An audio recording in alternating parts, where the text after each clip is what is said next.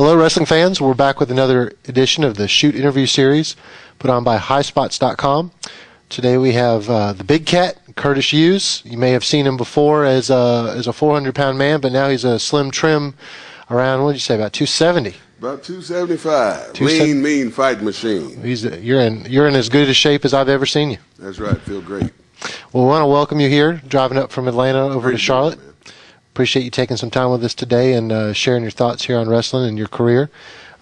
We usually ask everybody how they got started in the business, but before I ask you that question, I want to go into your background as an athlete. I know starting out that you played football at Kansas State. Okay. You want to take us from there?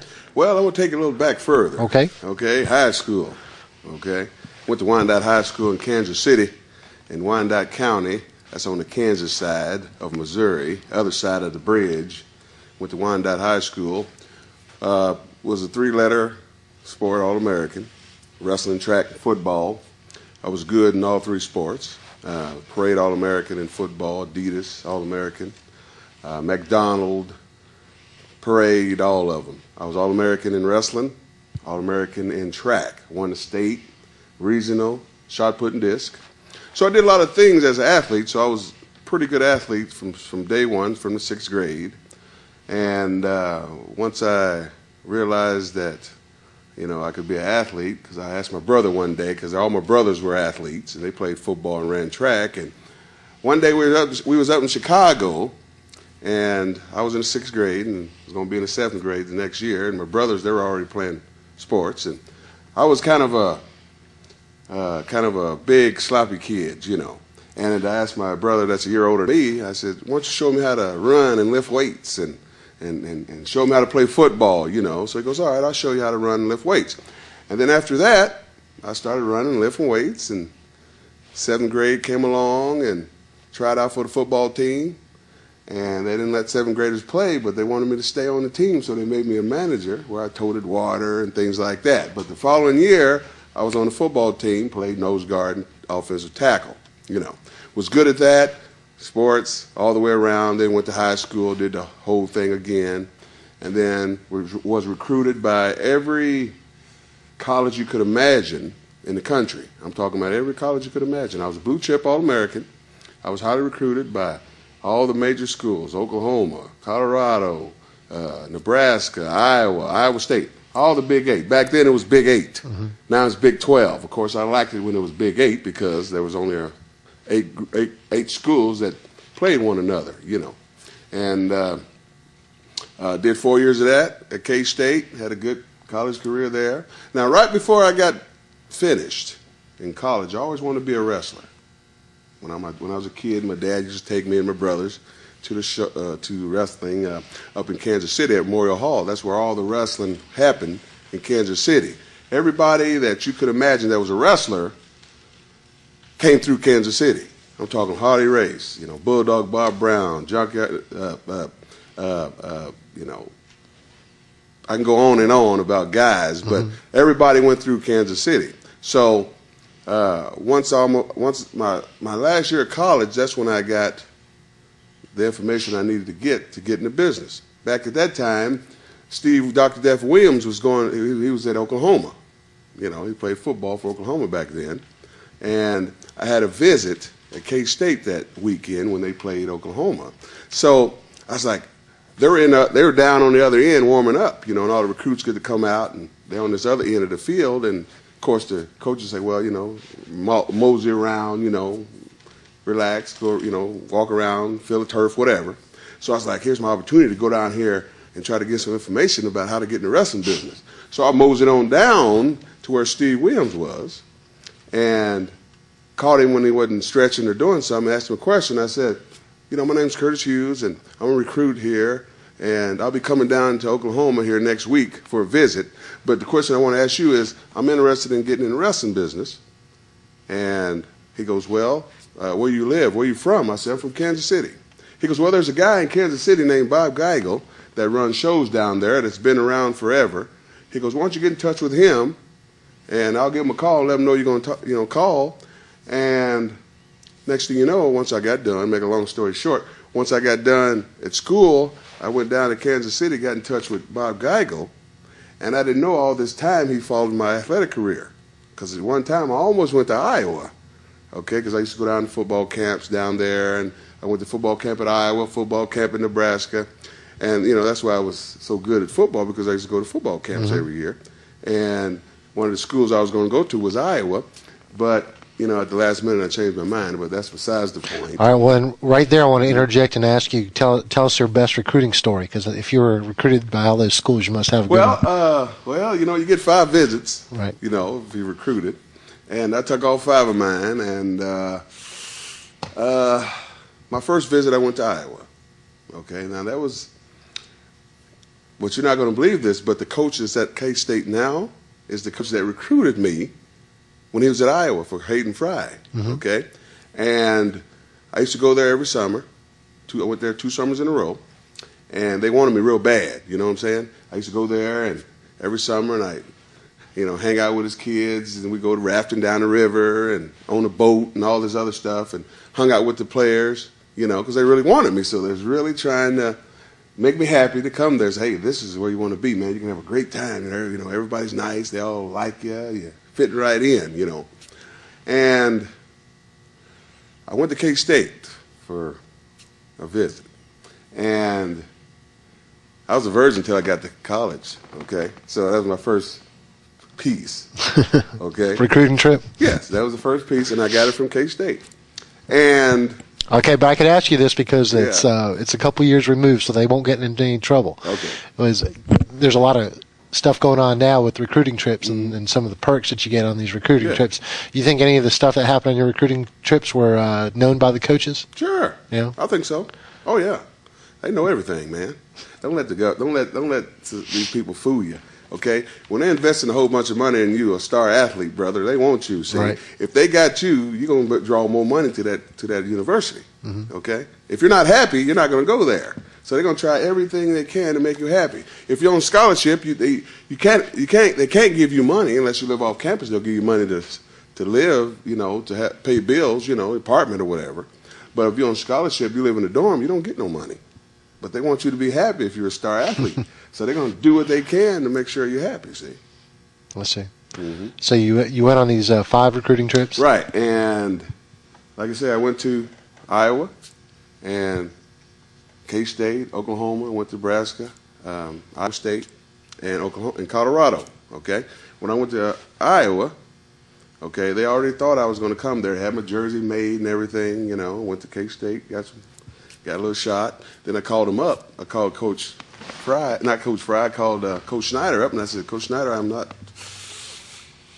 had a change of heart. I'm not coming to Iowa. I'm going to go to K-State. He got on the plane, came down to my hometown, came to my house, and practically begged me. He cried too now. This is the God's honest truth. He cried, which I could imagine because I was one of the star pupils. He really invested a lot of time in me. And, he tried to talk to my mom and, say this is the best school for him and everything. And she goes, hey, I can't, he made his mind up. Ain't nothing I can do about that, And I think that situation right there was the one that really got me because he was crying like a child, because he lost this prime pupil this young, good, strong athlete that was good, man, in football, And, that was about it. That was the one right there, But the other ones, like, went to Nebraska after they won the Orange Bowl. Now, this is back in 83. 83, yeah. And I think it was 82, 83. They had won the Orange Bowl. They just got back from the Orange Bowl. All right. I'm going down for a recruit visit. You can tell they just got back because their bags were still just in the apartment. They were still partying from winning the Orange Bowl. And I come in right after that. So I come in right in on the party, see. And once I got there, they slip you a little envelope, small little brown envelope, slip there and say, this is from so-and-so, They name some alumni or whatever. he'll give you one. Somebody else will give you one, you know, and they say, well, keep this to yourself. You know, don't tell nobody. Don't tell your mom. Don't tell your dad. Don't tell your brother. Don't tell nobody. NCAA, I found out you'll never get to go to a Big 8 school. So when they told me that, I said, okay, I'll keep my mouth shut. I didn't tell nobody either. The whole time, all those schools I went to, all of them slip your envelope. You understand? And they tell you, don't say nothing. And by God, you better not. Now, see, like Brian Bosworth, you know. You remember him? Oh, yeah. He went to Oklahoma. And, you know, he was a good player, and they gave him a push, and he played good. But once he left there, and, you know, people start, hey, man, here's the envelope, you know, here's this, here's that. Tell us a few things. Money talks, man, you know. I don't care what they tell you until when you leave that school, you do what you want to do. Say what you want to say. What, they going to do, penalize you now? Mm-hmm. You know. I mean, same thing he did. He, you know, started talking about Oklahoma. But you see now, you don't see him around there anymore, you know. Why do you think all these athletes, you know, usually happens 10, 15 years later, they say, hey, you know, we just found out about this, and all these athletes are denying now. How come you think no one's stepped up and talked about how it really is? Well, because, you know, if you're there, you don't want to lose scholarship. But so this is after they've made their millions in the NBA or the NFL.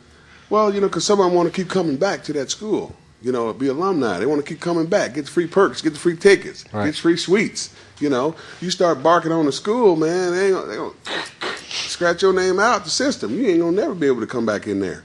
You know what I'm saying? Plus, they'll use those guys for recruiting purposes. Mm-hmm. You know what I'm saying? I mean, if you can hush and you keep your mouth shut about stuff, they can use you. See, like say for instance, you know, I'm a big time wrestler. You know, if I was to go back to K-State, which I probably couldn't because of the coach there now, head coach there, because he recruited me and he know I, you know, turned my back on him and went to K-State, you know.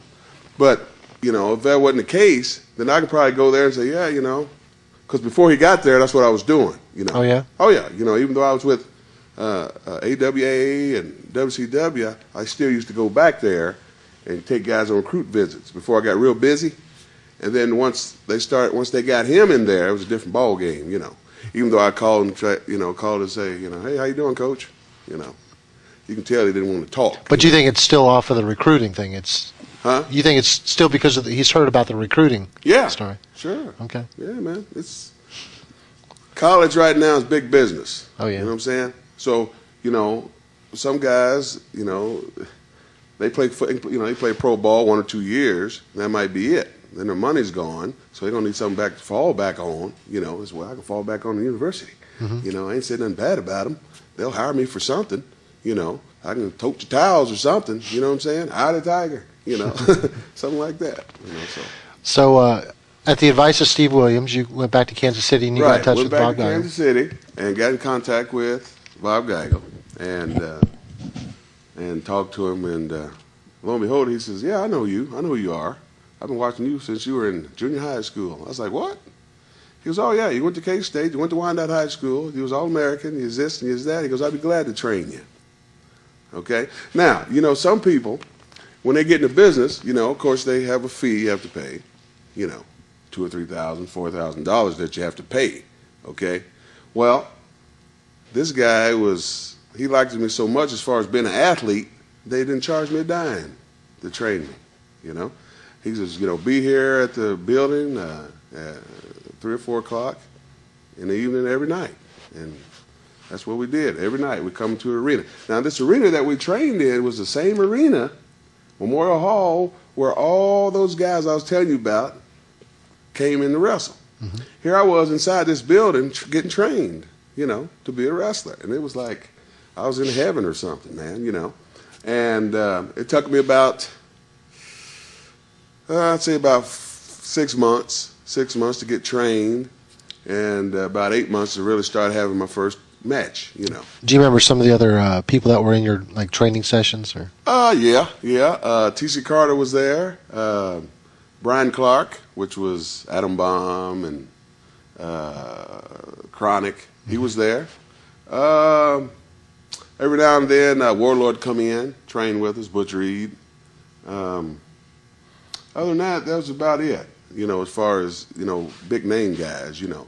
But Harley Race, he'd come in there and talk to us about different things about wrestling, and Bob Brown, Rufus R. Jones, Sonny Myers. He trained me a little bit too, But at that time, a lot of the old timers that was going out were still there.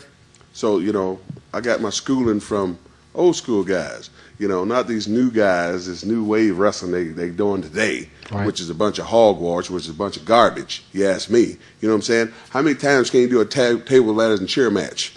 You know what I'm saying? Without getting neck surgery, back surgery, knee surgery, hip surgery. You know what I'm saying? Your longevity is limited. You know what I'm saying? As far as being a wrestler and doing it for years and years.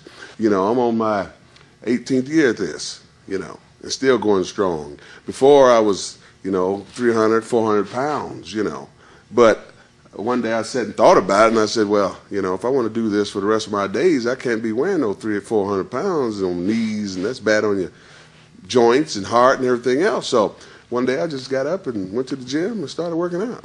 Stopped eating, drinking, doing drugs, everything, I want to ask you, you actually played in the NFL. A lot of people don't know that. Right. 1 year. Right. Tell us how that came about. Well, it was during the strike, 87, 88 strike.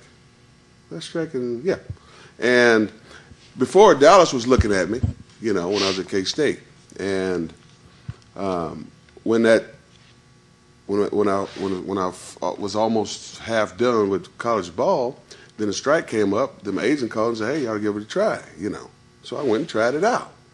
And I played until the strike was over, During the strike, I seen all these guys that come through training camp and all this other stuff, man. Guys with scars, 3 or 4 scars on different, this knee, that knee, right leg, left leg.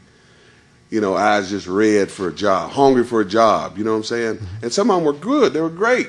Some of them they were bad to the bone, man, and they didn't get a job, you know what I'm saying? They had to go try to get a job on the strike. They still didn't get a job, you know what I'm saying? Politics. So after I seen all that, I said, I don't want to do this no more, That's when I jumped back into wrestling again, you see, and been doing it ever since. Football to me is you can be the toughest, the baddest SOB in the land, but if you don't have nobody pulling for you, you ain't gonna get no job. It's as simple as that. That's why I got out of it. I got tired of seeing, I didn't want to see. I don't have no bad knees from football. See, and I seen what I saw, in the training room and on the field, how guys knees just tore up with scar tissue, and barely have a kneecap, trying to keep playing the game, I didn't want to end up like that, sure. And I just said, well, I'm still pretty young. I'm going to go ahead and try wrestling, something I wanted to do since I was a child, and pursued it, and after I got done. But the smart thing I did was my last year of college, before I even started or even got into business, I got my gear first, I got my tights, my boots, my pads, whatever I needed. Before I even step in the ring and even learn how to do anything. Like I can remember back in the day when I was playing football, we had an indoor facility when it was cold or snowing or raining. And I used to just mess around like I was wrestling on the turf inside the building there. And guys, man, you ought to be a wrestler. And I said, yeah, you ought to really know, if you only knew, And, excuse me, and the more I did it, the more all the guys would say, man, you ought to do that, man. You're pretty good at it. So once I started getting trained, it was pretty easy to me when they started showing me how to do it. You know what I'm saying? I mean, because you only showed me one time, bam, I had it, Because you were a fan also, so. Right. So I was a big fan, and plus I was an athlete, So whatever the trainer showed me once or twice, okay, bam, I do it, Let's move on. Show me something else. Bam, get that. Move on. Bam, move on. Move, boom, boom. Next thing you know, 6 months later, having my first match, Do you remember your opponent in that first match? Yeah. My first opponent was Bulldog Bob Brown from Kansas City. Old school guy. Mm-hmm. Tougher than nails, man. I remember he beat the crap out of me. But, I was green. I had to do what I had to do, I passed the test, Hit me with a chair a couple times. Sold that good, so I was on the right track.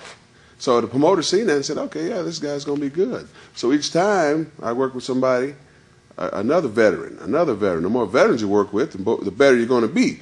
Like today, you got these guys working with green guys. How are you going to get good working with a green guy? He don't know as much as you, you know. Here I was green working with these veterans, right? So they was taking me, you know. And then when I had the opportunity to work with Harley Race, you know, now that was a dream come true, man, you know. And he had just did his deal with King Harley Race and WWF, so his name was still pretty up there. But I used to watch him when I was a kid, you know. The King, you know, handsome Harley Race, you know. I mean, he had all these different names, but it still was Harley Race. But it was just, you know, I pinch myself every now and then. Here I am in the ring with this guy. Here I'm riding down the highway with this guy to a show. You know, I'm going to wrestle this guy on the show here, you know. Whatever he says, I'm listening, you know. Of course, you know, Harley drives like crazy, you know. I hate to ride with him because he's driving 100 miles an hour every time, you know. And plus, back then, he used to drink a lot of beer, and I had to keep up with him, you know what I'm saying? So, you know. Who were some of the guys you idolized when you were watching wrestling before you got into it? The guys I idolized were, well, see, like I say, from Kansas City, we had a local station, 41. And they showed just local guys. When you come in, you know, they had a local station, showed local wrestling. And everybody, like I said, everybody came through Kansas City, all right? And the guys that I used to look forward to going to see was Andre the Giant, Rufus R. Jones, Harley Race, Kevin Sullivan and his partner Ken Lucas. They was a tag team years ago. I mean, it was just a ton of guys that I used to go see. But my main one that I loved to go see was Harley Race and Rufus R. Jones. They had a little confrontation all the time, man. And they used to get in there and just beat each other up. And it was good stuff, you know, and it was believable. It ain't like this stuff now where they say, oh, wrestling's entertainment, it's all fake. That's a bunch of hogwash. That's why the business is dying like it is. But you see, eventually all that's going to come back. All the wrestling that you used to see years ago is going to come back. I train guys at a school. That's the way I train them. Train them the old school way. This is what people want to see. They don't want to see all that crazy stuff no more where you go to punch a guy and look like you're slapping him. You know, punch a guy, make it look like it's real. Stomp him, make it look like it's stomp him. You ain't going to kill him. Put your boot in him. You know, stuff like that. Instead of just, you know, doing that stuff, and somebody sitting here paid $150 for a seat, and they seeing this fake stuff going on. Come on now. I mean, if you spent that kind of money, wouldn't you want to be entertained a little better than that? You got your first, you got a lot of national TV exposure almost right away in the business. You worked for the AWA. Mm-hmm. You're on ESPN and everything. What are your early memories of the television?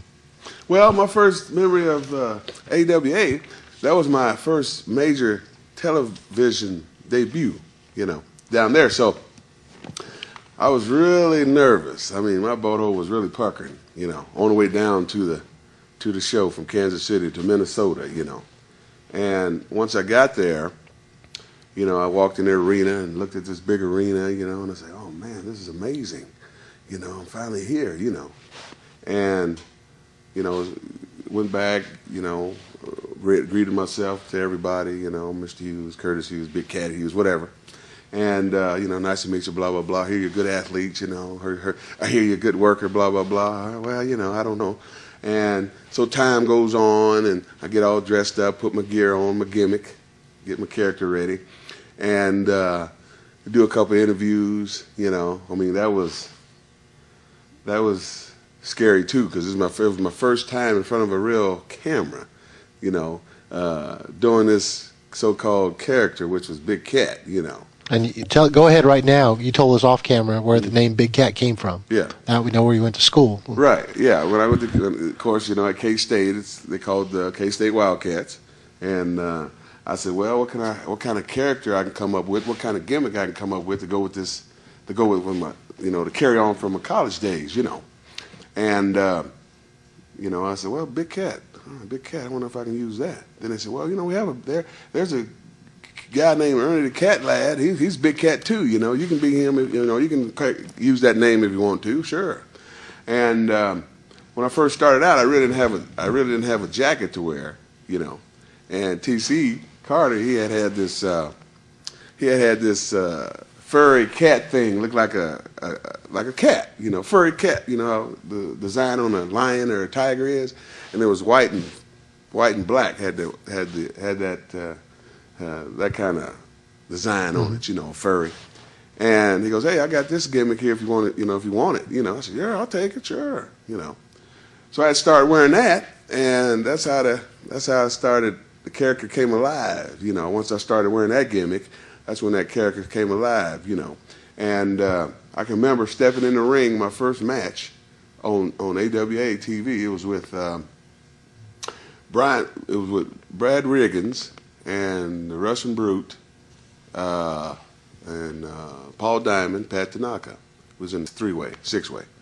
And I can remember when I first stepped in the ring and they was announcing me, the referee came over to me and he says, shook my hand and says, "Welcome to the big leagues, kid." And I never forget that. I never forget that to this day, because that was the first time I actually stepped in front of a major audience. I mean, the house was just sold out, and it was my first major performance in front of an audience, that magnitude, and I was like, in heaven, and the whole time I was like, man, I can't mess up, I got to get this right, I got to make sure everything looks good, and don't mess up the finish and all this stuff, and it went through great. I had to do the job, of course, because back then, I had the same finish Lex Luger had. I had the torture rack, right? Had the same finish, torture rack finish, and that finish was I get Brad Riggins on my shoulders there. I'm giving him the torture rack, and the Russian Brute had his finish called the hard punch, So the story was getting to the end to where the people was thinking I was going to win with the torture rack, right? Out of the blue. The ref's over here messing with these guys. Here comes Russian Brute, comes over, gives me a hard punch. I fall, drop him, falls on top of me, 1, 2, 3, which I didn't care because they screwed me. He gave me the hard punch. The ref wasn't looking. So back then, people wasn't really concerned about doing jobs, you know what I'm saying? They weren't concerned about getting somebody's hand raised. If that's what the promoter told you to do, then that's what you did, you know what I'm saying? Or take a hike, And being I was a young fella in the business, I wasn't going to argue. I was just happy to be there, I was happy to have that opportunity to perform and to work with ESPN. You remember how much you were making when you started off with AWA? Yeah, I remember. I remember I'd made for that particular show, I'd make $150 for that one show there. Now, Vern Gagne is known for really liking technical wrestlers, and with your wrestling background, football background, did you get to talk to Vern? What did he express to you about his? Oh yeah. Vern loved me. I mean, he when I first got there, before I got there, he had called Bob Geigel in Kansas City. That's who I was working with at first, and he says, "I understand you have a good athlete down there, a wrestler. He was an amateur wrestler, good athlete." He goes, "Yeah, Curtis, a good guy. We'd like to use him. Bring him down." Okay, so he said, "Yeah, Curtis, they want to use you down in Minnesota, AWA, ESPN." I said, "Yeah, I'd like to go. You're going to ride with Ox Baker." Remember Ox Baker? Oh, yeah. I used to ride back and forth with him when I started going down there. And once I got there, I got in the building and I found Vern and Greg, met him, shook the hand, "Hey, great to have you here. You're a great athlete, man. We're going to do some stuff with you. We're excited to have you, I mean, they were just enthused to have me there. And of course, I was happy to be there too, And they said, "We're going to do some stuff with you. We're going to push you. We're not going to job you out or anything. You're going to be one of our stars, And that's how they played it, And of course, Eric Bischoff was down there then, And he was just a announcer, back in behind the scenes. Wasn't nobody then, But yeah, the Gagnes, they liked me pretty good. I'm glad they did because usually everybody that goes through AWA usually goes on to bigger and better things, And of course, Sergeant Slaughter was there, and he liked me too. So once he went to New York, I had somebody fighting for me up there too. So Do you remember anything about the Team Challenge series in the AWA? Team Challenge. The non-wrestling events. They did some different stuff like activity outside the ring where they put one team against the other. You don't remember that? I think you were actually a participant in one of them. I'll have to go back and check that out. Yeah, we'll have to remember that one. Do some digging. The AWA closed shop shortly after that. Did you see any evidence of why they would be closing? Well, I know towards the end when I almost got finished, the houses were kind of going down. When that happens, usually there's no money coming in, to keep bringing guys in and paying good money to the name guys, And when that started happening, then, if the money's not there, you can't pay the rent on the building, because that building was a nice building. What I meant was obviously that's the case. What did you see there as maybe you were too young to even be involved in that? What things had changed that an organization that had lasted like 30 years all of a sudden came to a quick decline? To be honest with you, that's a good question because, like I said, the only thing I saw was the houses were starting to die and the talent wasn't there no more, because Vince was taking all the talent and they were going to WCW and WWF. So there was a lot of competition out there to where he couldn't afford to bring those guys in for the money that they were wanting. That's why they were going this way and going north and going south, you might say. You know what I mean? So I think once that started happening, I think that's when they just said, let's fold this book up. We can't compete with those guys anymore. Because then wrestling started changing a little bit. Mm-hmm. You know what I'm saying? As far as the way guys were performing and working. You know what I'm saying? And Vince was kind of taking over the midway of television. I mean, every time you turn the TV on, WWF, and everything was hot in WWF. See, so they couldn't compete with that. I think that's why Vince folded up. Can you remember any discussions among the workers in the AWA locker rooms as they're watching Vince's product kind of come into their area? Well, they didn't like it, for one. I mean, I was a young cat. Back, in them days, they tell a young cat, you just listen. You don't interject with no about how you feel about nothing. You just sit there and listen. If they ask you a question, then you'll respond. But they, back then they taught you respect. See. Mm-hmm. Nowadays, you don't have that, Just like, say, for instance, if I'm in a dressing room with you two guys, and you guys have not been in the wrestling business, but you come in there, hey, how you guys, slapping hands and talking and this and that, and they're looking at you guys like, who are these clowns? Who do they think they are? They ain't been in the business long enough to come in here and talk to us like this, you know what I'm saying? Mm-hmm. And so, you're taught to just listen, you don't say nothing. You just sit there, and if they ask you a question, you say, okay, yeah, sure. And that's it. Mm-hmm. You can't, voice your opinion on nothing. You just sit there and just be quiet and learn and go do your thing and go home to get to the next gig. That's the only thing about that deal. You mentioned a lot of your AWA counterparts went and worked for Vince shortly thereafter. You actually did take the route south and you went to the NWA. Right. What was your gateway into the NWA? Well, what happened was, like I said, I was with AWA, and me and Luger had the same finish. I was a big, strong-looking, nice-looking guy as far as body size and everything. And apparently they were looking for somebody to work with Lex Luger. Okay, they didn't went through everybody they possibly could, run angles with everybody they possibly could with Luger, but they was needing somebody else to come in there, a big heel. A big bad heel to come in there and work with Luger. So the deal was, they said, well, this guy down in AWA, he's a good athlete, and he has the same finish as Lex Luger. I think we can draw money with that.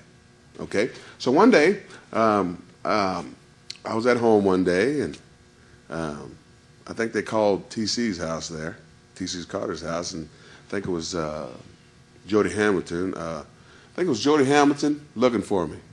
And TC came over. I wasn't home. He left a note on the door and said, WCW called. They want to talk to you. Give them a call. So I called them. And, at first I thought it was a rib at first. So I called TC. I said, what is this note you left on the door? He goes, Jody Hamilton called. They want to talk to you about, working. I said, really? So I called the office there, and they got on the phone right away. First, Jody got on there and said, hey, you interested in coming down? We're looking for somebody to work with Luger. I said, of course. He goes, well, at the time, Ole was the booker at the time, Ole Anderson. And he put Ole on the phone, and Ole was talking to him, and he says, we like the way you work. You look good. You're a good athlete. We like the way you perform, blah, blah, blah. And we're looking for somebody to work against Luger. We know you have the same finish as Luger. We're gonna make you a heel. He's a good baby face. We need a good big heel to work with him. how much would you come up to work with them? I said, I don't know, because I was, come from AWA. I wasn't making no money down there. I said, I don't know, what's a good price? What. He goes, well, how about if we give you $300 a night? I said, sure. All right. Give us a call on Tuesday, and we'll get you all set up. So I waited Tuesday, called Tuesday. They gave me my flight information. Next thing you know, bam, I'm up in Atlanta, Georgia. Okay, when I got there, they said go to the office. Went to the office at the CNN building. Went up, had a sit-down talk with Ole and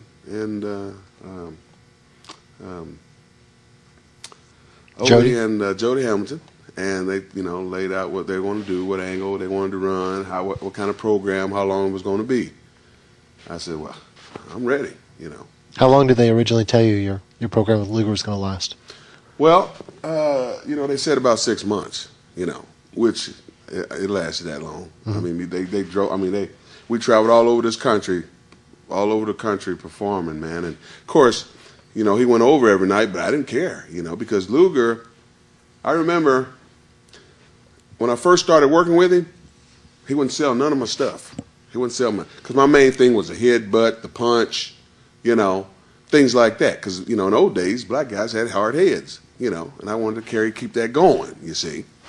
And I had a good punch. It looked great, And I'd give him a headbutt, he wouldn't sell it. I'd give him a punch, he wouldn't sell it. I have the match with him. But when I got done, and when I went back to that dressing room, I pulled him and said, hey, man, look, they brung me here to get you over, but I'm here to make a living too. I said, we ain't going to draw no money if you don't sell my stuff. I said, you're already big and strong. I'm big too, but you got to sell my stuff too to get the match over with the people. I said, I'm a big bad heel. How in the world can I be a big bad heel if you don't sell my stuff? I said, my headbutts look good, my punches look good, everything I do look great, but if you don't sell it, it don't mean nothing. And after I said that to him, after that, the next night, from then on out, we had great matches. Because I remember when I first got there, I used to be like second, third match of the night. And after I got started with them, they started moving me down the card. Semis, main events, and things like that. Because every time I got in that ring, I'd steal the biggest pop of the night.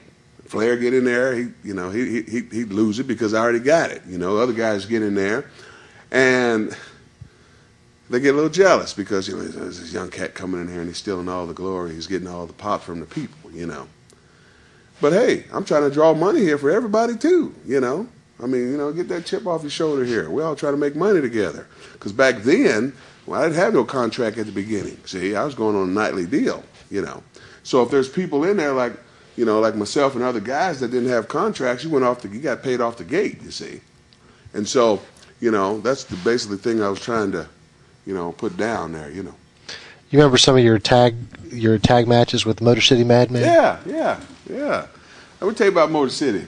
He's a good guy. I mean, out of all the people that I worked tag team with, he was a good friend as far as in the business wise. Because a lot of guys, don't have friends. Everybody's trying to stab each other in the back. But he was a guy that looked out for me. I mean, he'd call the hotel. Like when we had to go catch a plane, he'd make sure I was up and ready to go. I mean, he was just a nice guy. I mean, he'd pay. He wouldn't charge you for trans. I mean, he'd pay for your food. I mean, he's just a nice, coolest guy you ever want to meet, And I enjoyed hanging out with him. I enjoyed working with him, But the way they did him was wrong, the way they did him in in St. Louis, when we worked with the skyscrapers. Mm-hmm. And, the finish was I'd roll out and they'd put the deal on him, And, I mean, they spent all that money putting this package together and pushing him. When they did the deal where they had to, he was in the bar and playing pool and beat the guys up and all that. And then, then they tuck him out like they did, it was wrong. Why do you think they did that? Well, I don't know. I think it's just, once your time is up, it's up, in this business. Once they get through with you, once your run is done, they beat you up and send you on your way, That's how it works.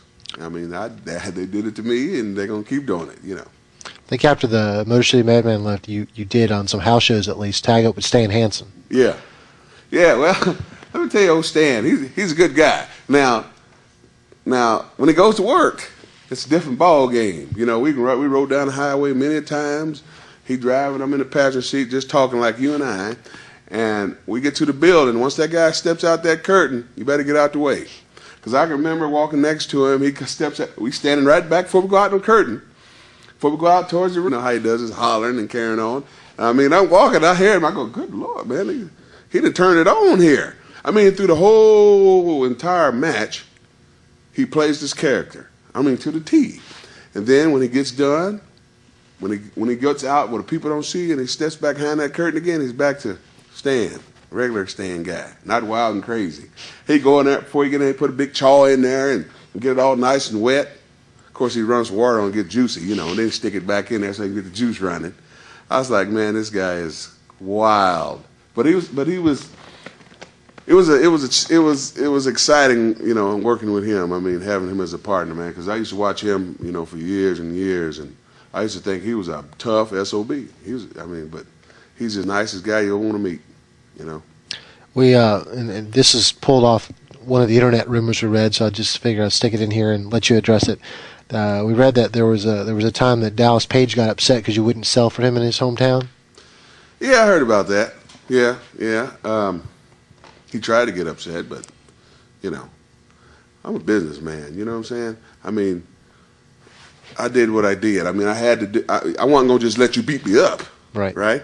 I mean, you know, it's got to go both ways. You know what I'm saying? And you know, Dallas, he's a good guy, nice, cool guy. I don't have nothing to say bad about him, man. But sometimes he gets a little carried away. You know. But there wasn't any fighting. It was just disagreement over. Yeah, you know, Yep. you know, in wrestling, you always have disagreements about some things, you know. And if you don't talk about it, it'll just boil over. That's why, you know, if something ain't right, you jump right on it. Just like when I had when I was in Topeka, Kansas, working on Clash of the Champions, we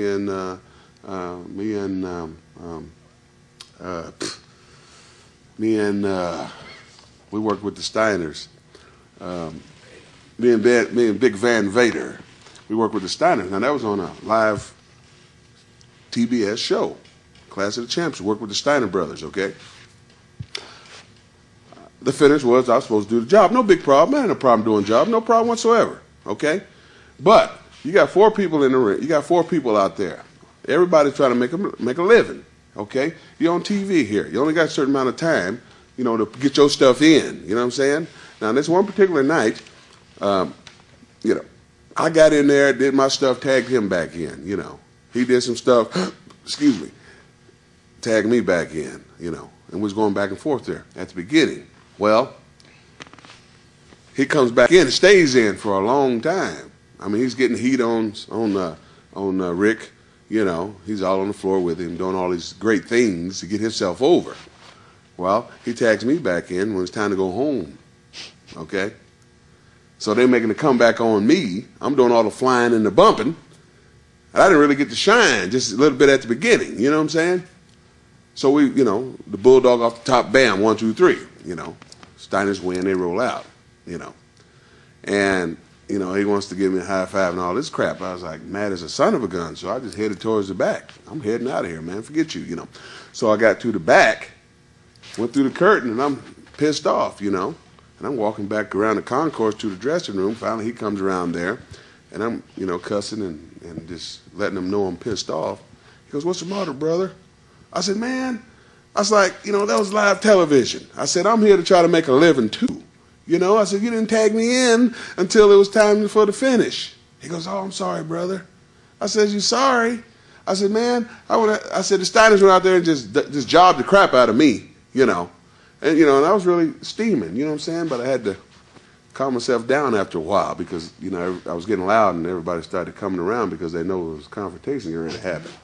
But it never got to that because I had said, you know, he knew I was pissed off. And we was running an angle with the Steiners, so we was going to be tagging again. So after that, I explained to him I was upset about it, then everything was fine, see? See, in this business, man, you got guys that'll try you, okay? And if you don't stand up and be a man about it, they'll keep on doing it, you see? And they'll just keep dogging it. And the news will carry on to other guys, see? You know, I mean, I can tell you a story where we used to do shows at Center Stage, okay? And this was still Angle with the Steiners. And, of course, I used to go out there with my hat and jacket and take it off. And they'd bring it back. Well, I came back after the match. I went out there and had a match with the enhancement guy. Back then they called them jobbers, And I went to sit down to where my stuff was, and my hat was scorched, And I was like, I went to the guy that brung it back. I said, hey, man, you scorched my hat? He goes, no, Mr. Hughes, I didn't do that. I said, who did it? He didn't want to tell me, So I finally grabbed him by the collar and said, if you don't tell me, I'm going to knock all those teeth out in front of your mouth right there. And I was serious, too, And he goes, well, Steiner did it, I said, which one? He goes, the gremlin, So I went in there and I said, Steiner, confront him about it. I said, Steiner, why'd you smash my hat, man? I said, this is my gimmick here. This is my gimmick. You don't mess with people's gimmicks, bro. I said, how would you feel if I took that dog and hung him out on the daggum rope somewhere hanging, I said, look, if you touch my stuff, we're going to have a problem, okay? And left it at that. Well, I got my hat, straightened it back out. Before the night was over, he came and apologized to me, But I confronted him in front of everybody in the dressing room because, you got to tell them, you got to let people know, don't mess with my stuff. Because people are going to try you, man. They're going to say, this is a big sucker. I'm going to see how tough he is, And by God, if you don't say nothing, they'll just keep bothering you, So I got respect like that, People say, well, we ain't going to mess with that 300-something pound guy, man. He's sitting up there hollering at the Steiners, man. If we talking back to them, then he must have balls, I said, no, it's not that. It's just, you disrespect me, I'm going to disrespect you. You treat me like a man, I'm going to treat you like a man. Simple as that. I was going to ask you about in one of your matches with Lex Luger, you had the football challenge match. I think LT was on the corner. You got any memories of that? Yeah, I call that the football helmet match. Yeah, I got some memories of that match. That match was stunk. That was the worst match I ever had. For one, Luger didn't want to sell in that match at all. We got on football gear here. It was called a football helmet match. You're going over. You got Lawrence T in your corner. Let me do something to you. You know what I'm saying? Let me get a little pop, get a little heat going here. Then we go home. You know what I'm saying? I mean, some of them guys, their heads were just so big. You really couldn't do nothing with them. But you had to work with them. See, I mean, you had no choice. You had to, go with what you could. And me and Paulie Dangerous, he was in my corner, and I used to ask him, man. I say, Paulie, man, what's up? How am I supposed to work with these big head prima donnas, man? Just go through the flow, man. Just get your money. Just go through it. And that's what I did. But it was fun working with Lawrence Taylor because back then he was hot. I mean, got to meet him and got to get in the same ring with him and do some stuff with him. That was the most exciting about it. As far as wrestling, that was the worst match I've ever been in. Well, overall, Luger was one of your more famous feuds in the NWA. Right. How would you rate your feud and your matches with Luger on a grand scale of your career? Is it one of the feuds you're most proud of, or would you say you're a little disappointed with it? Well, like I said, after I had that conversation with him, about selling my stuff, then everything was fine. We had good matches. I mean, Lex, he sold good for me. I mean, I got him over, he got me over, man. We was drawing money, And after that angle was done, then that's when Dusty Rhodes came in the picture as the booker. And then that's when they changed me as the bodyguard, from Big Cat to the bodyguard, Mr. Hughes. And then they stuck me with Luger, you see. So we had to get along, towards the end of that first angle, that first run I had with him, So. Why did Dusty suggest the change in your gimmick? Well, what he did was, when he got there, I guess he wanted to, he took different guys and said, I can do better things with that piece of talent, I can put a better character on that guy where he can draw some money for us. Mm-hmm. And he did that with me, did that with Johnny B. Bad because he used to be a jobber, enhancement guy, you want to call it. And so he had a look, I had a look too. And he came to me one day, he says, Curtis, what do you think about, we're going to put you in a bodyguard gimmick like Big Bubba. What do you think of that? I said, yeah, that's fine with me. And he says, well, this is what I want you to do. I want you to, come up with a good look, a bad look, tough look, and come up with a name, you know. I said, okay. So I went out and spent some money, you know, bought the whole gimmick, you know, and went back to Dusty, and he goes, well, you come up with a name yet? I said, well, you know, how's Mr. Hughes sound? He goes, that sounds great. I said, okay. So I went out and spent some money, you know, bought the whole gimmick, you know, and went back to Dusty, and he goes, well, you come up with a name yet? I said, well, you know, how's Mr. Hughes sound? He goes, that sounds great, you know. And it happened to be my real name, you know, too, you know, because I said, well, shoot, if I'm getting this business, I want to have my name floating out there for real, you know. And that's what I did. Then he said, well, I'm going to stick you with Luger, you know. And that's what he did, you know. I was Luger's bodyguard. Then he brought Harley Race in the picture. Harley Race, he's going to be the mentor, you're going to be the bodyguard, you know. And then we started that deal. For 6 months, I didn't even take a bump in the ring. I just walked out there and didn't say anything. Just looked at mean and tough and bad. But your pay scale was about the same as when you were working as Big Ken? No. That's when they put me on the contract then. Oh, okay. That's when the big money started rolling in, you know.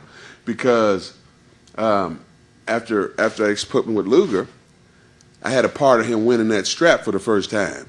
See, I caused him to win that belt, you know. And they never said anything. Nobody ever told anybody this, but this is how it was going to play out, okay? You ready for it? I'm ready. This is how this was going to play out. I was going to be with Luger, his bodyguard, me, him, and Harley Race. We was going to run that angle for a while, okay? Towards the end of the angle, towards the end of the run, I was going to turn against Luger, right? And I was going to fight Luger, okay? I was going to be the heel. He was going to be the babyface, of course. And we was going to run that angle for a while again, but it's going to be Mr. Hughes now instead of Big Cat, you know, just totally different character.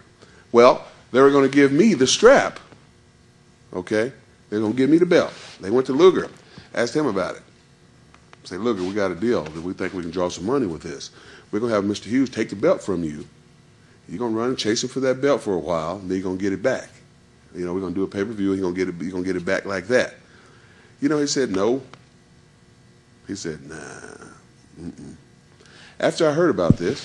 When did you hear that Luger said no? Paulie told me. Paulie? Paulie Dangerous told me. You know, and I believe him, you know, because Dusty had pulled me aside and told me about it. He goes, I got some ideas. I think we're going to do this. You know, I'm thinking about doing something with you and Luger, seriously, something good, you know. And, you know, he didn't quite come and say, I'm going to give you the strap. But, you know, you can read between the lines, right. You know what I'm saying? Because we were in main events all over the country, man, is you know, torture rack matches. Now here I am his bodyguard here, right? Now people are saying, oh, my goodness, Mr. Hughes is bodyguard now. In the back of their mind, they already probably was thinking about that anyway. Well, you know, I bet you Mr. Hughes is going to turn on him and they're going to fight and this and that, you know, which that's what they had planned, but Luger didn't want to go for it. So you heard it from the horse's mouth. Did Paulie tell you about that when you were in NWA or when you worked for him in ECW? He told me at ECW. Yeah, he told me when I was in ECW. He told me a lot of things in ECW that they kayfabed me about up there, you know. But that's the one I'll tell you. Okay. You know, fair enough. Which was kind of made me mad actually, you know, because you know, a belt don't mean nothing anymore. You know what I'm saying? Mm-hmm. All it is just extra weight you're toting. You know, just like when I took the Undertaker's urn. You know, I had to walk around with the urn through the airport. Every time I went through there, they wanted me to open it. You know, I said, I can't open this. There's nothing in here. You know, I mean, I had to kayfabe the people. I said, there's some ashes in here, but you know, I cannot open it. You know. I want to talk about some of the other opponents that you faced in the NWA era of your career, just to see if you have any ideas or memories of them.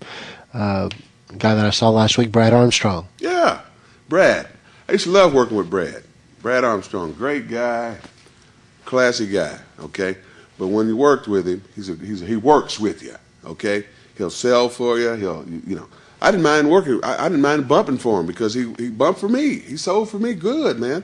You know, and people used to see me in that ring, flying around, taking, you know, 10-foot high backdrops, you know, 10-foot high hip tosses, things like that.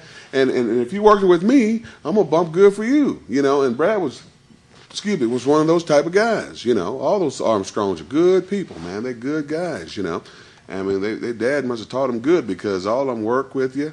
I mean, their heads are not like this. And every time I used to go into the TV taping and see my name up there and Brad's name right by there, I'd be like, yeah, we're going to have a barn burner tonight, you know, because he'd do whatever I want to do. Like back then, the thing I liked to do was, you know, I call a spot, duck the clothesline, duck the elbow, flying cross body, right? And I'd catch him in a flying cross body, and I give him three backbreakers, you know, and he'd know how to take them to where when I go lift him up, he'd be light as a feather. So I can get him up, bam, go back up, bam, you know, up and down, and then slam him. And people go, ooh, you know. That's how you work. You know, that's how you work with one another. Instead of trying to, you know, this guy trying to take everything and that guy trying to, you know, be a big-time star, man. It takes two to tangle in this business, you know.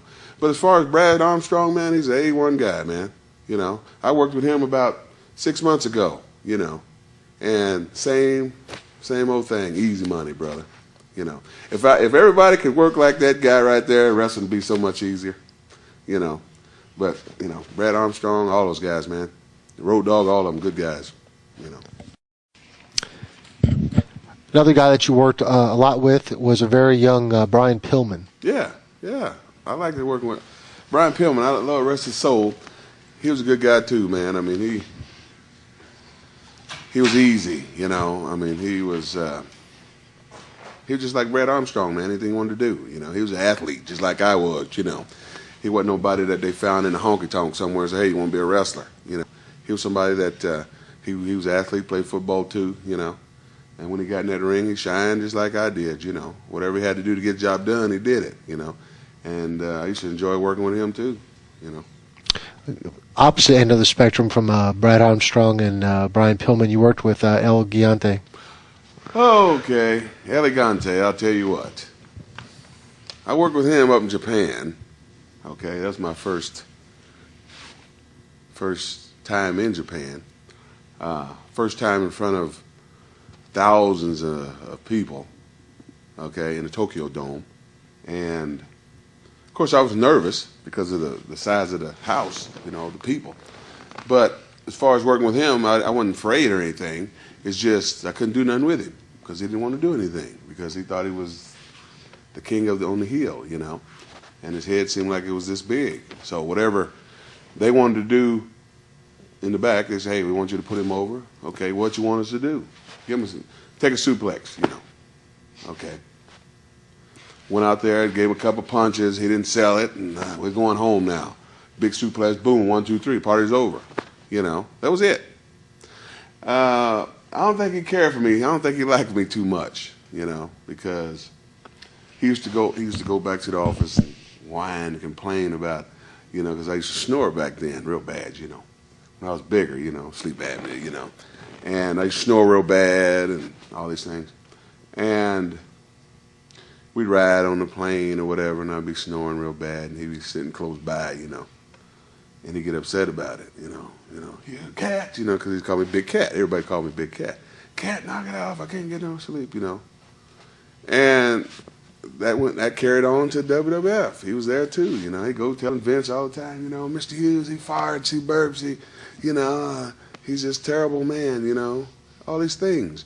When he went and told Vince all that garbage, I didn't like him after that, you know. I said, you know, hey, F you. Right. You know. Seriously. Guy you had some matches with, Junkyard Dog. You probably as a fan got to see a lot of him. Yeah, Junkyard Dog. Yeah, I gotta say about Dog. He was a good guy. I mean, I met him years ago, right when I got before I got into business. Me and TC, we used to go to these, you know, if they come to town. I think this is back in the UWF days, I think, or when they come to Kansas City when he was in WWF. That's back when they had Hulk Hogan Rockin' Wrestling. You know, when wrestling was hotter than a firecracker. Mm-hmm. And they came to town one day, and me and TC went to the show, you know. And he was hot, you know. I mean, Junkyard Dog was the man back then, you know, and we had the opportunity to meet him, you know, and talk with him and everything. And back then, I wasn't in the business yet, because I was working security at these shows, you know, at concerts and wrestling events and whatever they had at the arena. I was security, you know. And they were in town that night, And, you know, I had my job was to walk dog to the ring. You know, me and this other guy, we walked dog to the ring, you know. I was like, wow, this is amazing, you know. And back then, like I said, he was like hot as a firecracker, and people just wanted to grab and touch him, you know. And so I'm fast forwarding here a little bit. Now I'm at WCW, you know. Now Junkyard Dog's there, so I finally got an opportunity to meet up with him and work with him and all this other stuff, you know. And I brung up this old story I'm telling you. I said, hey, dog, you ever remember this guy walking you to the ring in Kansas City, and you told me, you know, not to touch the kids, not to touch kids and everything? He goes, yeah. I said, that was me, you know. He goes, no. I said, yeah, that was me. I said, yeah, I'm in the business now, you know. He goes, no kidding. He goes, that's good, you know. And ever since then, you know, we became good friends and rode down the highway a lot and talked and hung out and did things we weren't supposed to do, but, you know, had opportunity to meet him and hang out with him, you know. He was a good guy. You did an angle with him as well. Right, yeah, I did an angle with him. Headbutt. Where, you know, they were trying to turn me back babyface. After all this long run I had as Mr. Hughes, the bodyguard, they had this wonderful idea to turn me back to Big Cat, you know, with the red and the tights and whole 9 yards. And I really didn't want to do that because I wasn't going to make no money as Big Cat, man, because people already knew who I was as Mr. Hughes, you see, the bodyguard, okay? And I knew something in the milk wasn't clean on that angle because usually when they start doing stuff like that, your run's pretty much over, you know? So they either want you to quit or they're just trying to just make you just, you know, disappear. So when they came to me and said, yeah, you're working with Dog tonight, I want you to rig your glasses up so when he give you a headbutt, they'll break. You sell your eye, okay? And he'll come and caress you and say sorry and all this other stuff, and they're going to turn your baby face, you know, and he's going to carry on off with him in the sunset, you know. That's the, excuse me, that's the last part of the story that people are going to see. That Dog gave you a headbutt. He just gave this mean SOB, you know, knocked him down, busted his eyeglasses, his eyes all jacked up. Now he's going back to his dressing room with him. Now in the following week, we're tag team partners, you see.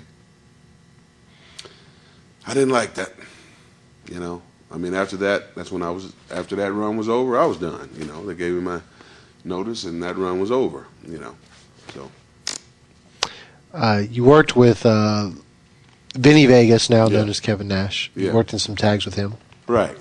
Well, back then, of course, you know, Kevin Nash, he had a few other gimmicks before that, you know, because they wanted to keep him because he was a giant.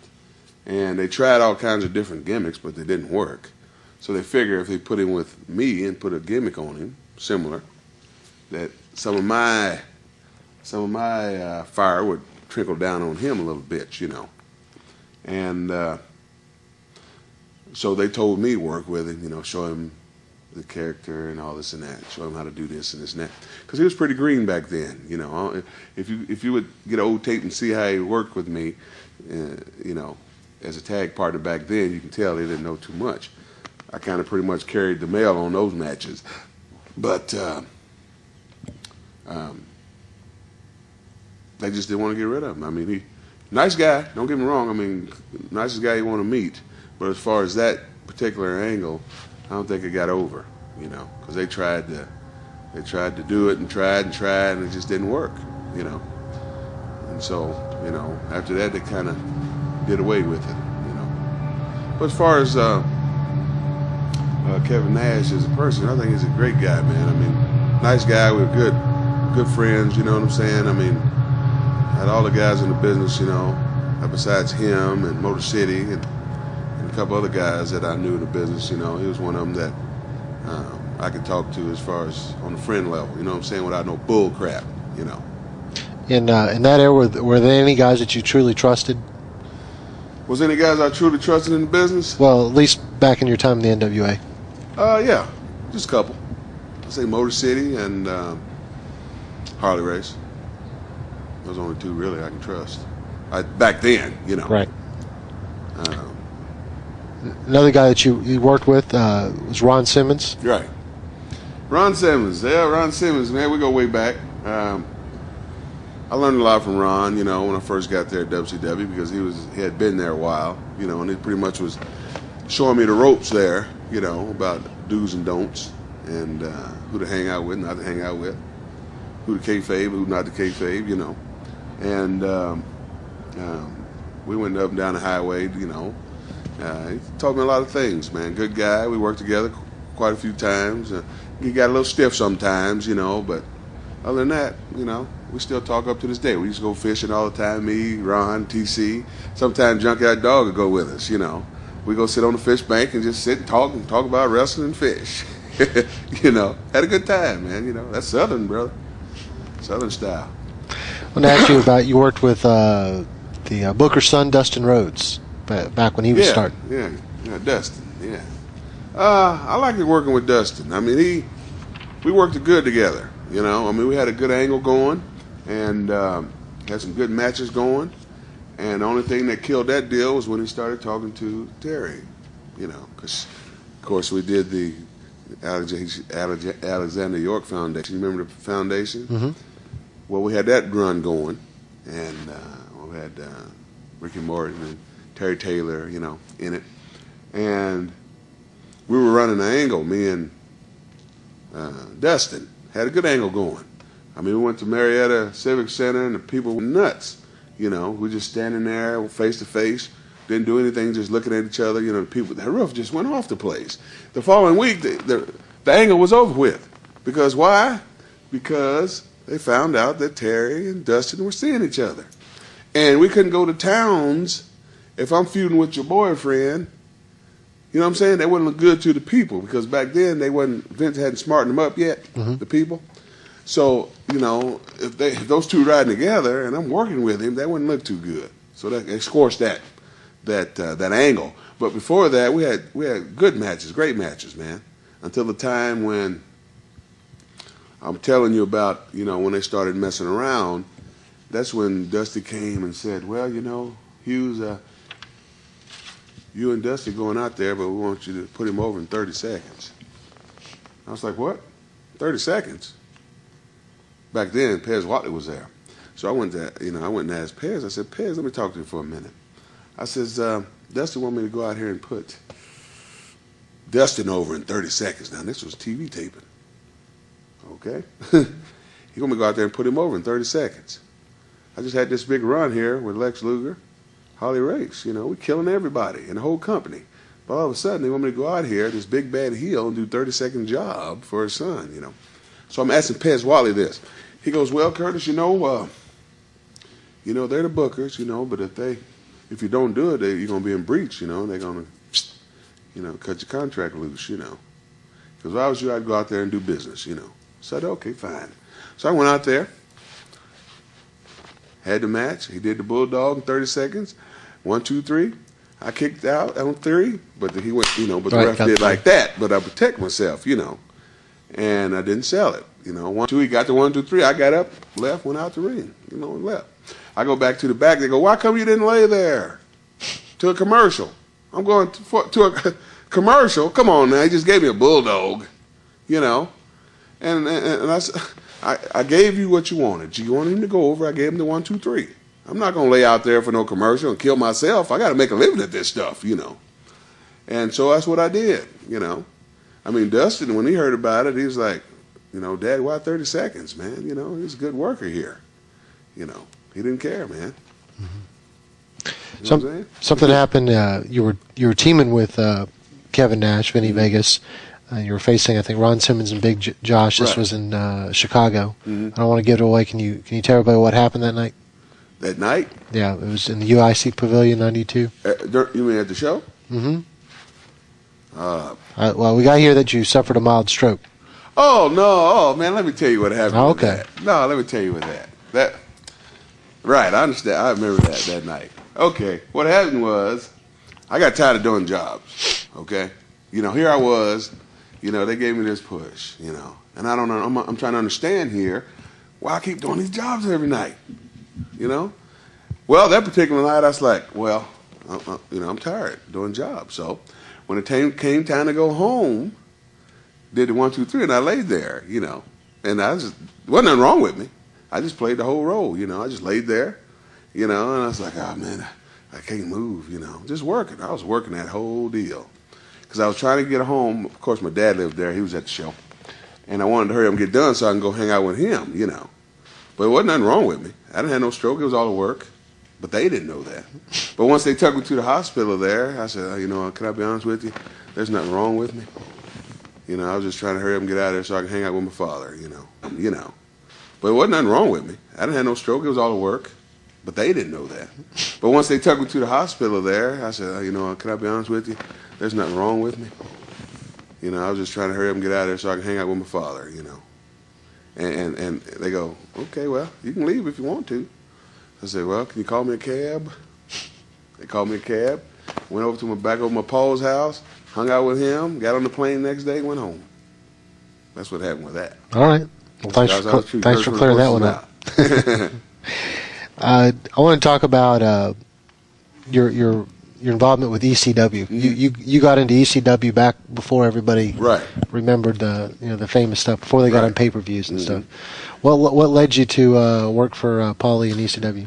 Well, I was doing independents, you know, here and there all over the country, and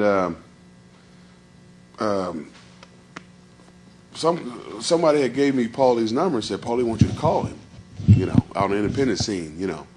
Somebody said, Paulie wants you to call him. He's getting ready to start a little territory, a little company. So once I got done, came home, I gave him a call, you know. And he goes, yeah, Curtis, you know, you're going to be one of my main stars. You know, I want to bring you up, and, you know, you're one of the main guys I'm going to be pushing, and so forth and so on. And, you know, I'm going to pay you this much, and, you know. So he sent a ticket, and there I went, you know.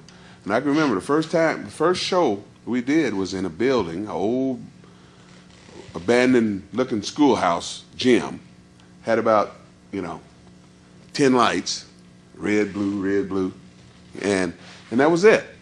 Okay, and you know, Pat Tanaka and Paul Diamond were there, but I was the major one that was there that was off a major television show. You know, my name. You know, and I can remember where, you know, there was like 10, 15 people there. You know, at the very beginning, man. And you know, and I was there all the way up until, you know, they started getting hot, you know, and which was at the beginning, man, it was a great company to work for. I mean, he paid you on time, paid you cash, you know, everything was great.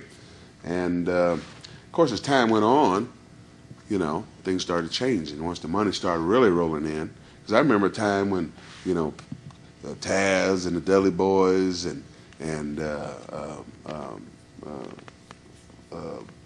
lot of those guys that came from there, they used to come to the ECW arena and go in the back and train. Mm-hmm. You know, I can remember that's how I was way back then. That's how long, you know, I started from ground zero here with that company, you know, which it turned out to be a good company, but they started losing track of the business part of it, you know, and money and things started slipping, you know what I mean? Checks started bouncing, and he started, you know, my gimmick is I don't do all that crazy stuff, you know, I don't do all that bleeding and carrying on. That ain't my character. And so he wanted to eventually start doing that. He wanted me to start putting Taz and guys over like that didn't have a name, you know, guys that ain't been nowhere, ain't nobody that paid any dues or anything, you know what I'm saying? And where I came from, you know, in the business, they say it's one thing you call protect yourself, you know. If this is all you do to make $1, you ain't gonna kill yourself out there on the independent scene, brother. I don't care where you go, you know. You're just not gonna do it, especially if they got a TV there. You know, if that company has a television, you better come up with a better angle than doing a 1, 2, 3. If they want to do something with you over and over again, if they bring you in for your name, you got to protect yourself. You know, you can't just go in there and just do job for everybody. You know, and that's the way I was, man. I said, you know, this guy here is training in the back. You think I'm gonna put him over? I said, if there's no cameras in, I will. You know, I mean, one day we was at this one building, and Paulie came to me and said, I want you to put Taz over with his finish. And I done seen this guy throw guys on the back of their necks and practically break guys' necks, man. Just throw them any kind of way. Here I was, almost 400 pounds. You think I'm gonna let you throw me on the back of my neck? You think I'm gonna be rolling in the wheelchair? I'm not stupid. I said, yeah, I'll put you over, but not with that. Not with no belt at the back. I said, I'll take a power slam or something. We sat in the back one day for an hour, 2 hours, trying to come up with a finish so he can get his hand raised. I said, hey, I'll take a power slam, that's all, you know. I don't care what you say. That's it. I'm not taking no bell at the back. Was the early time with ECW, was that the first time that you had to protect yourself as a character? Because you were under contract with WCW. You talked about Des Whatley and making the decision not to fight it. But was this the first time that you ever had to take control of your... Oh, yeah. With that company, yeah. Yeah, because, they were just getting off the ground, and the guys they were using wasn't no superstars yet, So I'd be a fool to go in there and just job myself out to all these guys that's getting trained in the back at the ECW arena, I mean, I can name names, man, on all those guys that was coming through that schoolhouse down yonder, Now they're in WWF, but back then they were greener than grass, brother. Right. And I wasn't going to put nobody over like that.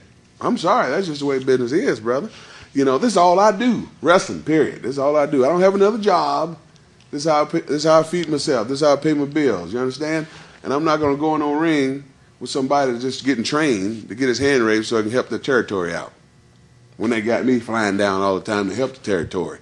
Because I had a lot of people coming in there to see Mr. Hughes. They was coming to see that character, And I know when I got done, a lot of people was like, where's Mr. Hughes at? Bring him back. I said, no, I'm not coming back. Because I'm not going to juice. I'm not going to fall off no scaffold and land through no 3 chairs, 3 tables. I'm not going to abuse my body like that and be sitting around half crippled. And that's all I do. You know what I'm saying? So. On your way out of the ECW territory, you worked against 911. Mm-hmm. And I think that was your last match of the first run. Yeah. How much before that match did you know that you were done with ECW? Well, before I went out there, when Paulie was telling me about the angle, about the whole angle, about how they was pushing him, I saw that how they was pushing him, see, and how they was just throwing people out there to me, Every now and then I get somebody and beat them up, but they were focusing on him mostly. 911, 911, every week, 911, They did this big spiel for me 1 week prior to working with him. Of course, you got to make, the opponent look good as the one that he's going to be working with, And they did a 15-minute deal on me, where I was in front of the camera talking about, when I first got here, blah, blah, blah, and then worked my way up to the present, which was with 911, And to get to him, he got Shane Douglas, and he power slammed the girl that was with us. I can't remember her name right off the bat, but he choke slammed her, And that was my cue to go in there behind him, turn him around and, blah, blah, blah. But not do anything yet, just kind of build it up, So I'm taking down my suspenders, I'm talking, and I take my glasses off and get him a fling, And then we just started punching each other. The next thing you know, the whole dressing room jumps in there and pulls us apart, to set up the angle, you see. But before we did that match, the whole, make a long story short, when we did that match, I kind of knew he was going over, and I was done, because before we went out there, Paulie said, all right, you got, Hughes, 911, come over here, I'm going to tell you you're finished, Curtis, you're going to go out there, you're going to do this, you're going to get the best of them, blah, blah, blah. He going to make a little comeback, choke slam, 1, 2, 3. And I was like, that's it? Ain't no coming back? I mean, no, He goes, yeah, that's it. I said, okay. I know this is it going to be. So when I went out there to have the match, I got my stuff over, got my stuff in, did everything I needed to do to get the match over so I didn't look like I was just totally jobbing. Mm-hmm. So when he did give me that choke slam, it meant something. You know what I'm saying? Because basically Paulie wanted me to go out there and give him a couple punches, and bam, boom, choke slam, 1, 2, 3. I said, I'm not going to do it like that. Then he says, well, put a match together. I said, sure, you better believe it. I got to stay strong here too because I got to go, So a little bit after that, that's when I went into WWF, I wanted to ask you, a guy who among the internet fans is a legend. You worked Sabu a few times in ECW. Mm-hmm. I know you said you didn't like the style that this promotion was going in. Mm-hmm. Kind of conflicted with what you do, but You have any memories of the matches with Sabu? You know, me and Sabu were good friends. Okay, even though some of the matches didn't pan out the way we wanted them to pan out. Just say for instance, we was having a match at the ECW arena. Where he goes, he put me on the table. He goes, you know, roll out the way, you know. And I thought he meant roll and tip me, you know. So he flies off the top rope, lands on the table, but the sucker, I turned the table over, he almost landed on the deadgum legs, you know. Mm-hmm. And he kind of hurt himself a little bit. I was like, doggone it, man. And he was hurt, you know. So the finish was we'd fight outside the ring and you know, be a double countouts, you know. But when we got to the back, man, I was like, man, I'm so sorry, dude. I thought you said take the table with me, you know. And I should have known better, you know what I'm saying? But up to this present day, man, we talk. We you know, I go up to Michigan sometime and do shows with his uncle and everything, you know. Me and Sabu, we don't have no bad blood, man. We're good friends, you know. I mean, I help him get bookings. He helps me get bookings. You know, we just, you know, we turn out to be good friends. You know what I'm saying? Mm-hmm. What did you think of Paul Heyman as a promoter? Well, at the beginning, you know, Paul, man, he's got a wrestling mind. You know what I'm saying? I mean, he's brilliant on this stuff, like Vinnie Mac. You know, he knows wrestling. He's good at it. You know, I mean, when I was in WCW, he gave me ideas, man. You know, what to say and how to say it, and you know, he's just a genius at this stuff, man. But you know, when he lost focus on ECW, you know, that was I think his biggest downfall, you know, because he had that company up here, brother. I mean, they were on TNN and everybody was making money, you know, but he didn't manage it right, you know. He owed Vince money, and that's why Vince has got his company now. And I'm skipping over a couple of years here, and we're definitely going to come back to him. But you did go back to ECW one final time. I did. Yeah. I think to you know, when Spike Dudley was doing his giant killer thing. Mm-hmm. How did that come about? Was that just a favor you did, or? You know, I wasn't doing anything, and I wanted to stay busy, you know. So I gave Paulie a call, you know, and I said, hey, man, you know, I'm not doing anything. How about if I come on up and we do some business, you know? He goes, all right, come on. You know, so he started bringing me back. Well, once he started doing that crazy stuff with me again, I was like, I can't do all this, man. Then he wanted me to go out there and put Spike Dudley over with his finish, and I knew it was over then. I said, yeah, I'll go out there and do it, you know. So I went out there, did the finish, 1, 2, 3, got up and left. You know, I did what you wanted. I got his hand raised, you know. I mean, you know, the guy only weighs $1.25, man. Come on now. I weigh 300 and some change. You know what I'm saying? Mm-hmm. How is this little guy gonna beat me like that? You know what I'm saying? You got to protect yourself in this business. You know, if this is your bread and butter, you got to be smart too. You know, just because promoters say go out there unless you know, in WWF. Don't get me wrong now. I mean, you know, because some promoters say go out there and put, you know, Joe Blow over. You know, you're gonna go out there and do it, man. You got to think about it and say, hey, you know, is there a reason behind this here deal? Are we coming back with something? Oh, you just want me to go out there and lay down? Is that what you want me to do? Oh, okay. How much you say you're going to give me? As much as you can get that time, huh? You know, I mean, I gave them what they wanted. They wanted a 1, 2, 3. Okay, that's what they got. Mm-hmm. That's what they got. So, how did you get started working for Vince McMahon in WWF? Okay, well, what happened was I used to go back and forth to Puerto Rico. Okay.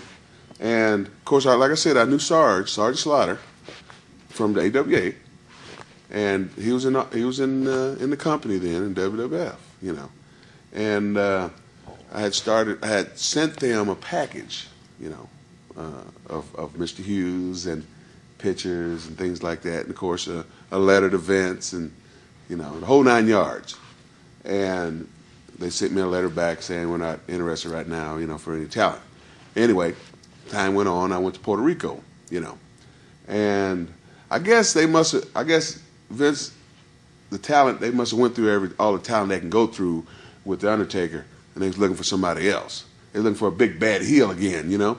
So I was up there in Puerto Rico, and I had called the office, the WWF office, talked to Sarge, you know, and I said, yeah, I'm gonna be up here in Puerto Rico for a couple of weeks, and here's my number at the hotel, you know, just in case, because he said they were getting ready to have a meeting.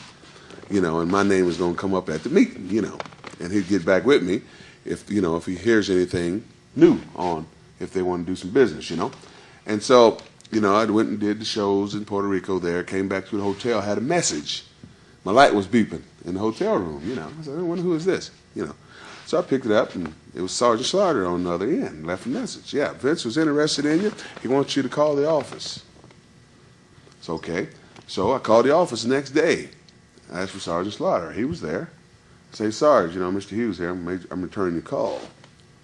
He goes, yeah, Vince is interested in you. He wants to take a look at you. How long are you going to be up there in Puerto Rico? I said, well, I'm leaving tomorrow.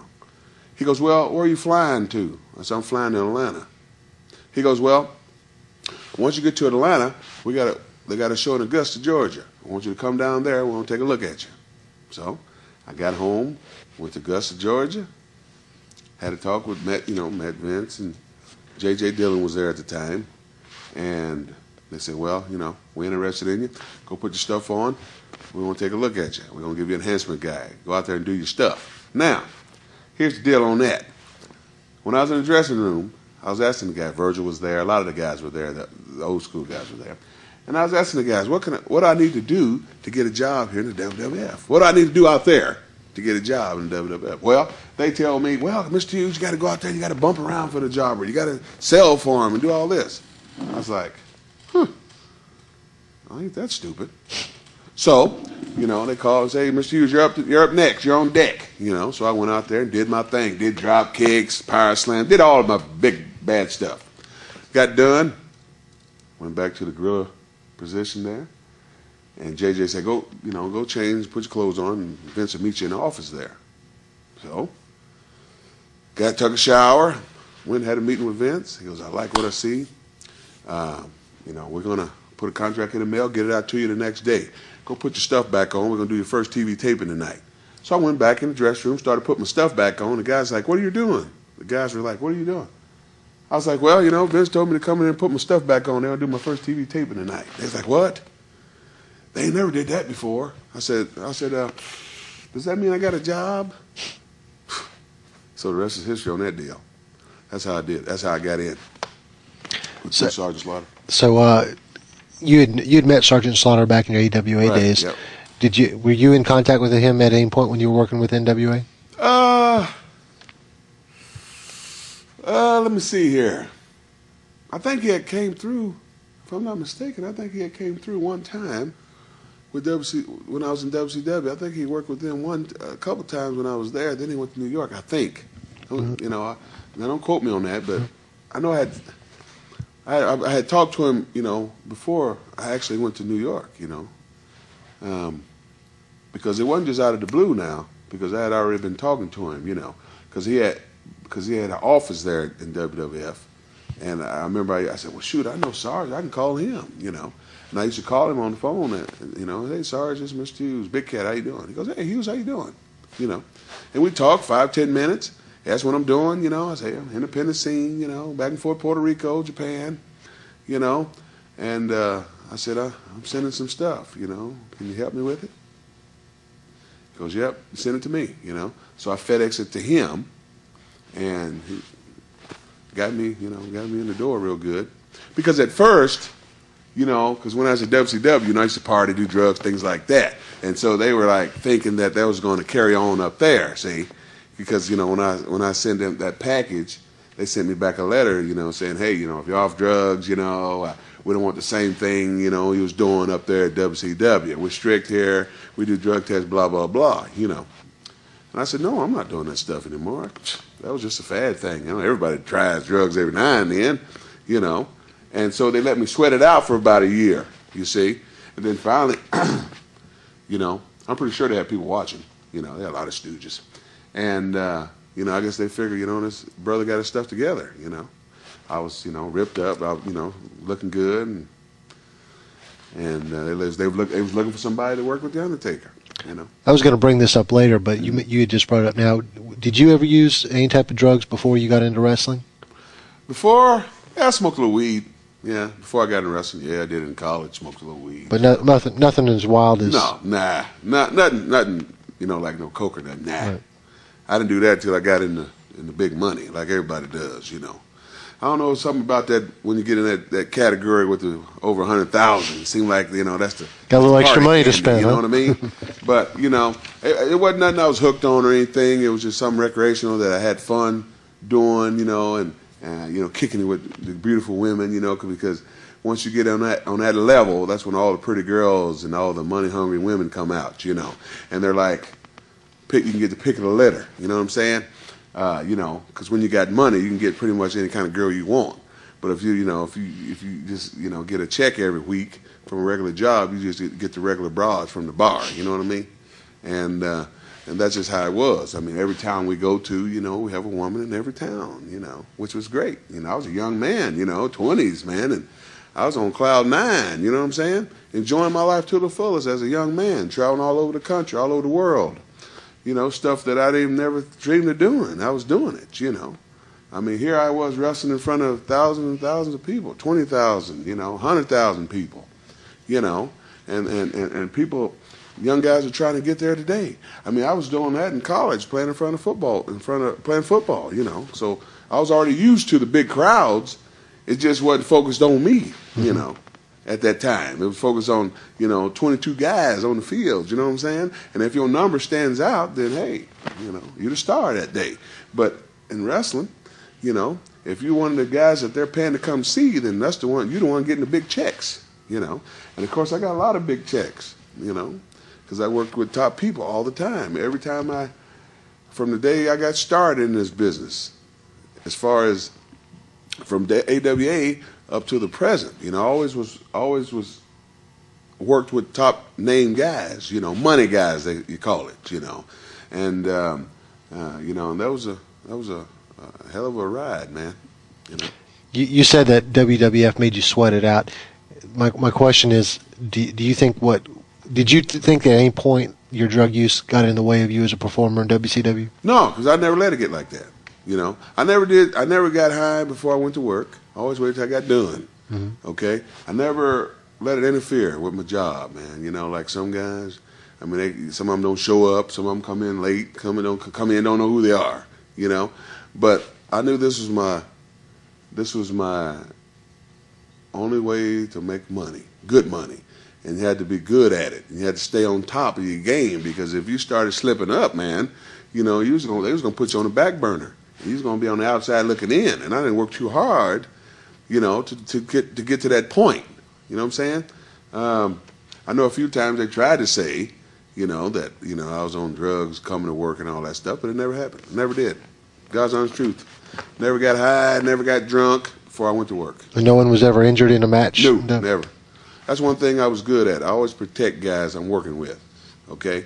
I can sit up here and punch you, and people, when they see it, they'll say, "Good Lord, look like he tore that guy's jaw off." But I barely touched you.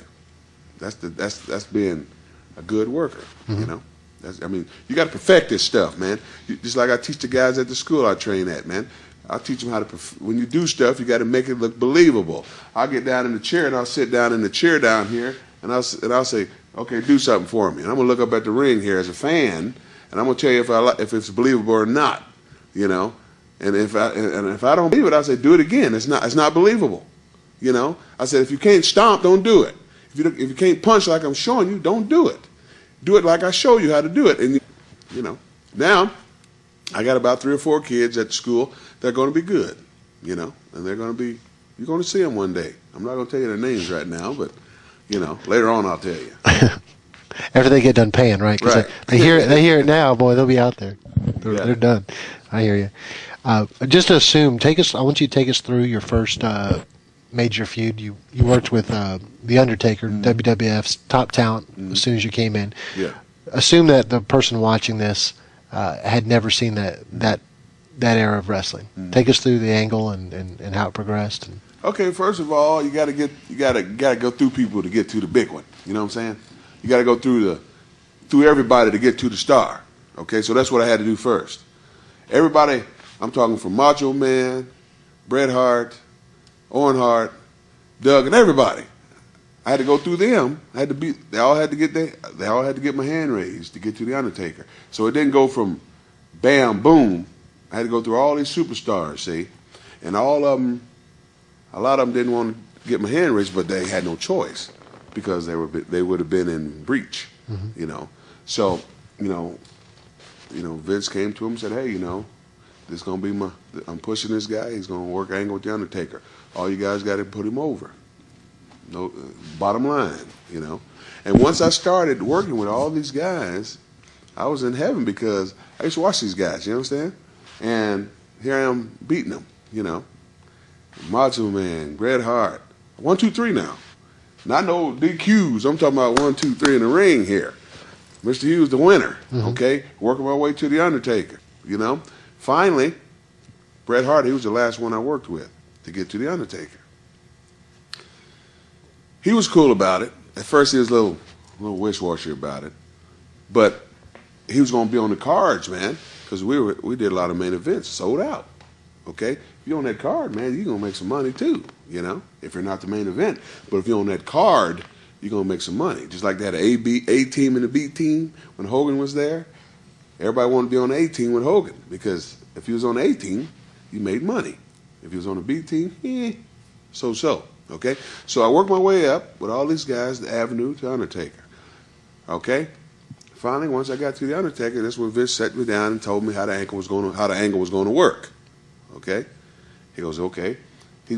Before he got to me, he was having an angle with the Elegante. Okay, that angle wasn't going nowhere because Elegante couldn't work.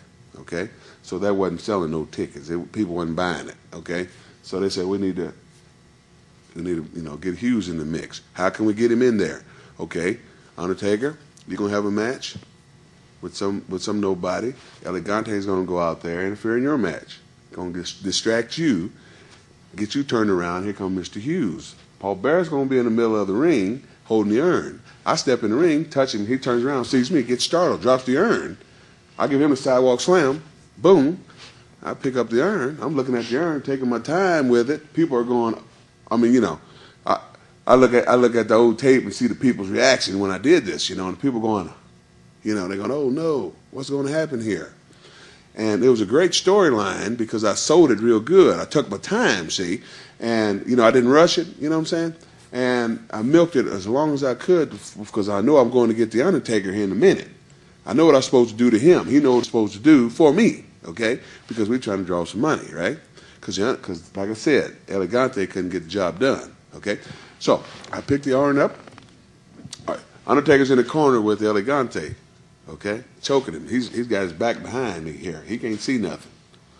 Elegante said, all right, here he comes, of course. I go whacking behind, and that's when the angle started. Now, when I hit him with the urn, it pops out and goes on the floor there.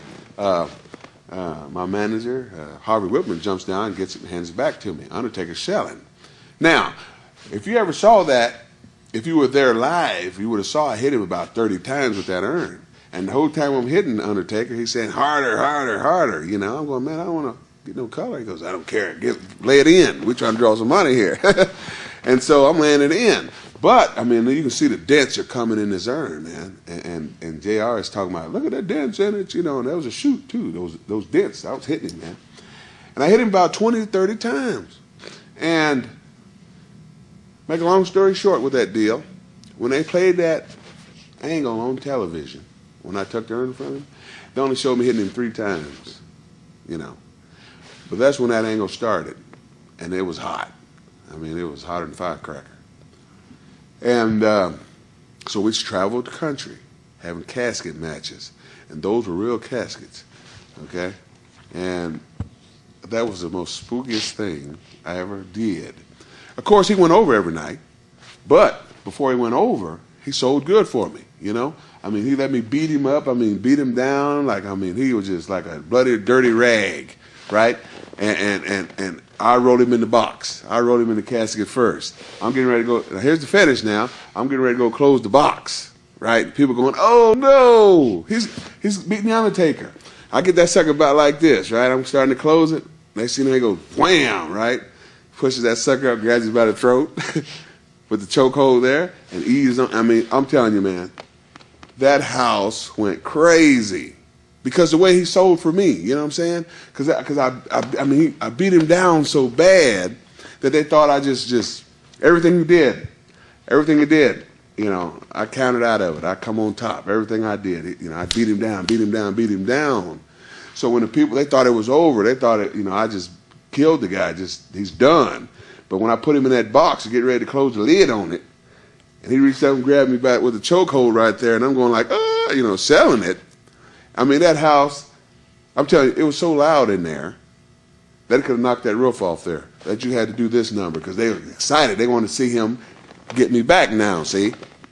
And it was my turn to make him shine, you see? And every night we did that.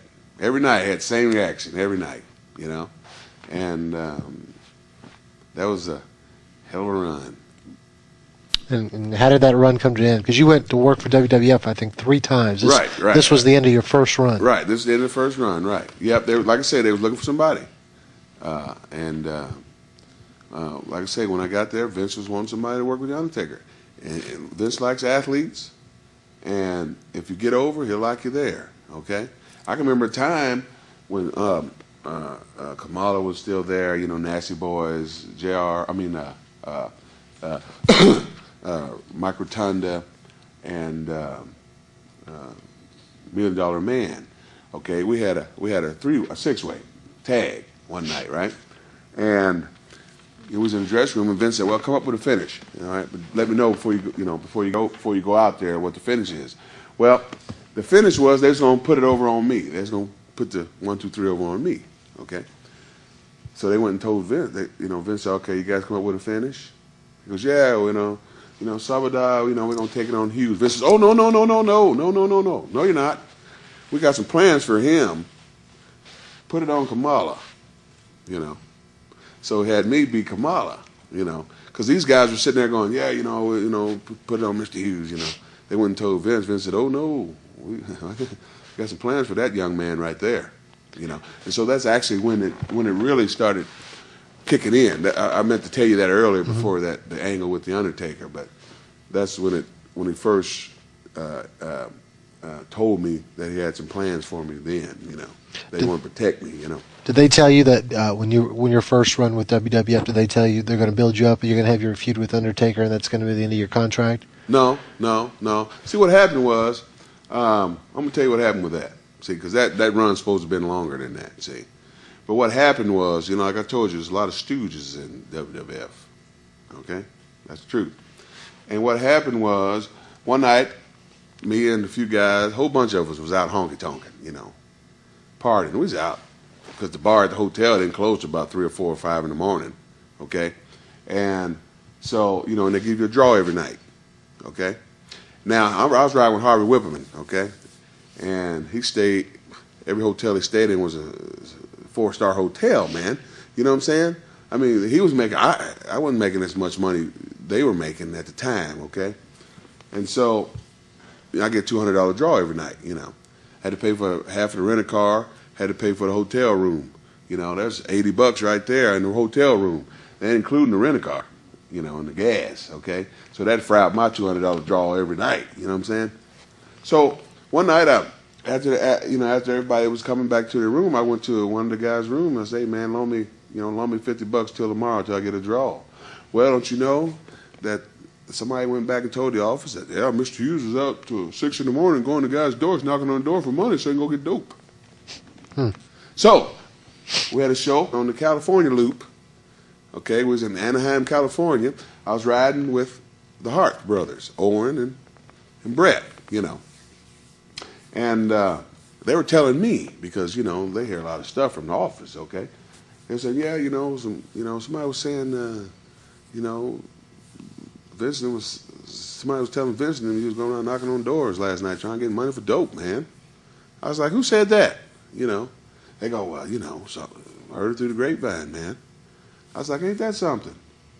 And they said, "Well, because I bet you they're going to have somebody there do a drug test on you when we get to the building."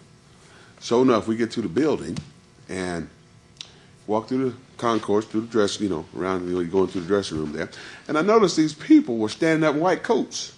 I said, what the doctors and them doing here? So I go on in and put my bags down, and one of the agents come to me, Blackjack Lanza. He comes up to me and say, "Yeah, they want you to see you in the other room over there. They want to give you a piss test." I was like, "Huh?"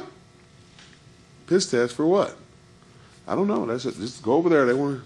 Was this the first piss test you ever took while you were in wrestling? No. No? No, because they used to do them all the time because, back then Vince was going through that trial thing right. with the steroids and all that garbage. And so I was like, well, maybe they're here to test for steroids, So I went in the room there, and Hepner, he was the one that's the agent, not the referee. He was in the room, and Blackjack come in there. And they said, yeah, Curtis, they want you to take a piss test, for drugs. I'm going, I ain't did no drugs, man, but but then Brett and Owen was standing out by the door, and it's like, Hughes, come here for a second. So I said, excuse me. So I walked back to the door there, and I said, yeah, man. They walked out in the hall there, and they whispered to me, they said, man, if I were you, both of them were standing in front of me. I said, how are you? If I were you, I wouldn't take that piss test unless they make everybody else take it. I said, well, heck, man, if I don't take it, they're going to think I'm guilty. Anyway, they said, yeah, man, but if I were you, I wouldn't do it. I said, I'm not dirty. I mean, what's to be scared about? Let me go in there and piss in this cup, and everything will be fine. So I went in there and pissed in the cup there. I had no words because I didn't do anything, So I go in the room, get my stuff on. I'm getting dressed, and Lanza comes over to me and he goes, Vince called and he wants you to. And we had one more show on this loop now, and we've been done with the tour. He comes to me and says, Vince wants you to go home and go ahead and go to the airport when you leave from here, and he'll call you in the morning. I said, what for? What? I don't know. He'll call you in the morning. So I went home. Flew home, because I had another ticket. I had to cash that ticket in to compensate for the price. Instead of going to the next town, I had to put that ticket with the money. Bam, I had to take enough to go home. Went on home. I still had to earn. Went home and slept on it. Woke up. Looking at my watch. Vince be calling in a minute. Finally calls. The secretary called. Hold for Vince, man. I get on the phone with him. How you doing, Curtis? I'm doing fine. What's going on? He goes, well, Curtis, we got all this other stuff going on, we're with the steroid thing, and we don't want no headaches. We don't want no problems with drugs. And I said, Vince, I'm not on drugs. I'm not taking drugs. The test, I'll tell you that. He goes, yeah, I know, but we just don't want it right now. He said, well, I'm going to send, he goes, where you live? I said, oh, yeah, I live in College Park. Well, you live close to Atom Bomb, don't you? I said, yeah. We're gonna send Atom Bomb over there to get the urn from you. Could you please give it to him? I'm going like, wait a minute here, hold it. Well, you letting me go here? He goes, yeah, we can't have that right now. I said, but did you get the results back from the test yet? He goes, I don't know about that yet, but And then that was it for that run, Got a question, and you don't have to say anybody's name if you want to protect it. But do you think you know who stooged you out? Yeah, I know. Have you seen that person since? No. And if I did, he won't have no grill. His front grill will be missing. Then when I tell you who it is, then you'll see his grill missing. Then you know who it is. Let me tell you something about some of these folks up there in the WWF. A lot of them are backstabbing SOBs, man, cocksuckers. They're all just. Some of them just they want their job so bad that they'll cut a throat, man. They don't care, and it's a crying shame. You got good athletes coming through that company that have to go through all these games and all this garbage. One thing I have nothing to say bad about Vince. I have nothing to say nothing bad about Vince or anybody in that family. But the people that got working for him, man, they're all butt kissers. Not all of them. But some of them, okay? Don't get me wrong. I have nothing to say about Vince. He hired me 3 times. I'll say something about the man,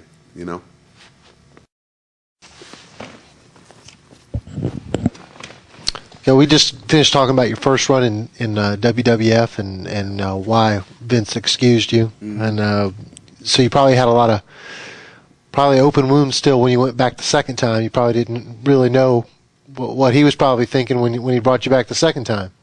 Well, I wouldn't exactly say it that way. I knew that they really didn't have anything on me the first time, but the second time I was real careful. I was careful who I hung out with, who I rode with, because the first time I rode with anybody. you know. And I was noticing that things would go back to the office that I didn't say. You know, I'm in the car asleep. You know, I didn't say that. You know, so the next time I went, you know, I was selective on who I rode with. You know, when I went back the second time, you know, the first 6 months, they pay for everything. They give you a voucher for the rent a car, and they pay for your hotel. So I was riding with myself most of the time. You know, and of course on the last time I did the same thing, so I wouldn't have that problem again, you see. But I was real careful, though, you know. Were some of the people that you felt might have stabbed you in the back before, were they gone down this second No, one? they're still there. Still there to this day. They're not going anywhere. They're in like Flynn, brother, you know. It's just how it is, man. You know, you can't do nothing about it. You just got to... You know, you get there, you look around, you say, okay, all right, that dude's here, that dude's still here, that dude's still here. All right, I know who not to ride with, who to talk to, who to hang out with. You know, because I started hanging out with myself, mostly, you know. Me and Boss Man, Lord rest his soul, used to ride together all the time. Good guy, man. I used to ride with Brett and him, you know, all the time. And the Steiners, rode with them, you know, a variety of people I knew that wasn't stooges, you know what I'm saying? Right. But, you know, the ones I knew, I didn't even get close to them, man. I go do the show, get a draw, and go back to the hotel. Wouldn't leave the room. I didn't, you know, when it gets to that point, man, you don't let nobody see you doing nothing. You know, usually guys come down at the hotel bar because we stayed at Marriott and the nice hotels, and Vince come down, you know, and everybody would come down to the hotel bar and hang out and have a drink.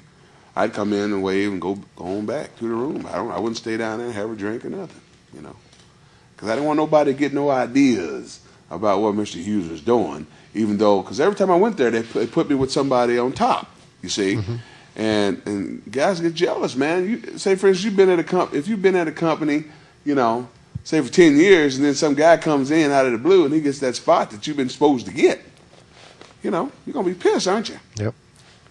That's what happened with me, you know. They brung me in,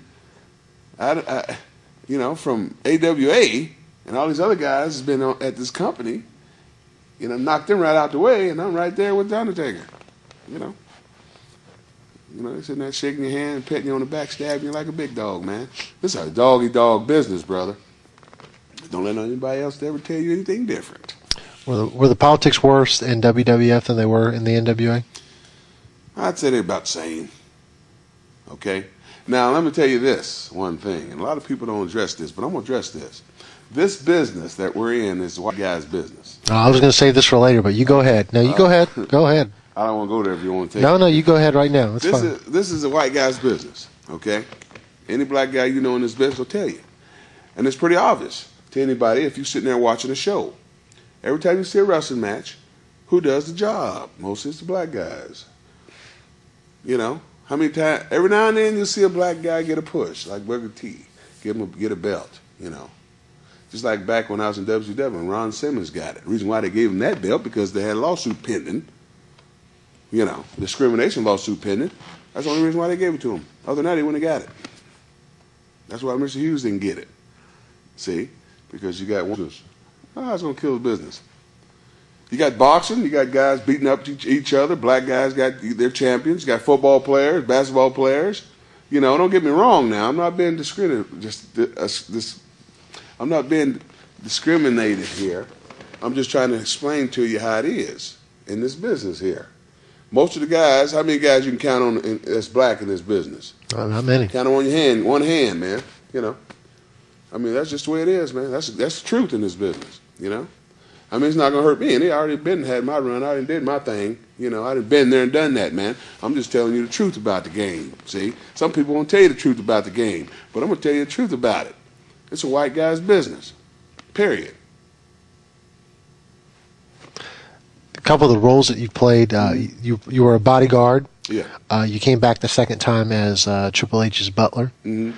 Do you sense that any of those characters they asked you to play were, you know, maybe racism was involved? No. the bodyguard gimmick, I mean, that fitted my character as well, because I mean, I've done that all my life anyways, being a so-called bodyguard, security, bodyguarding people at shows, right? So I already kind of knew that role.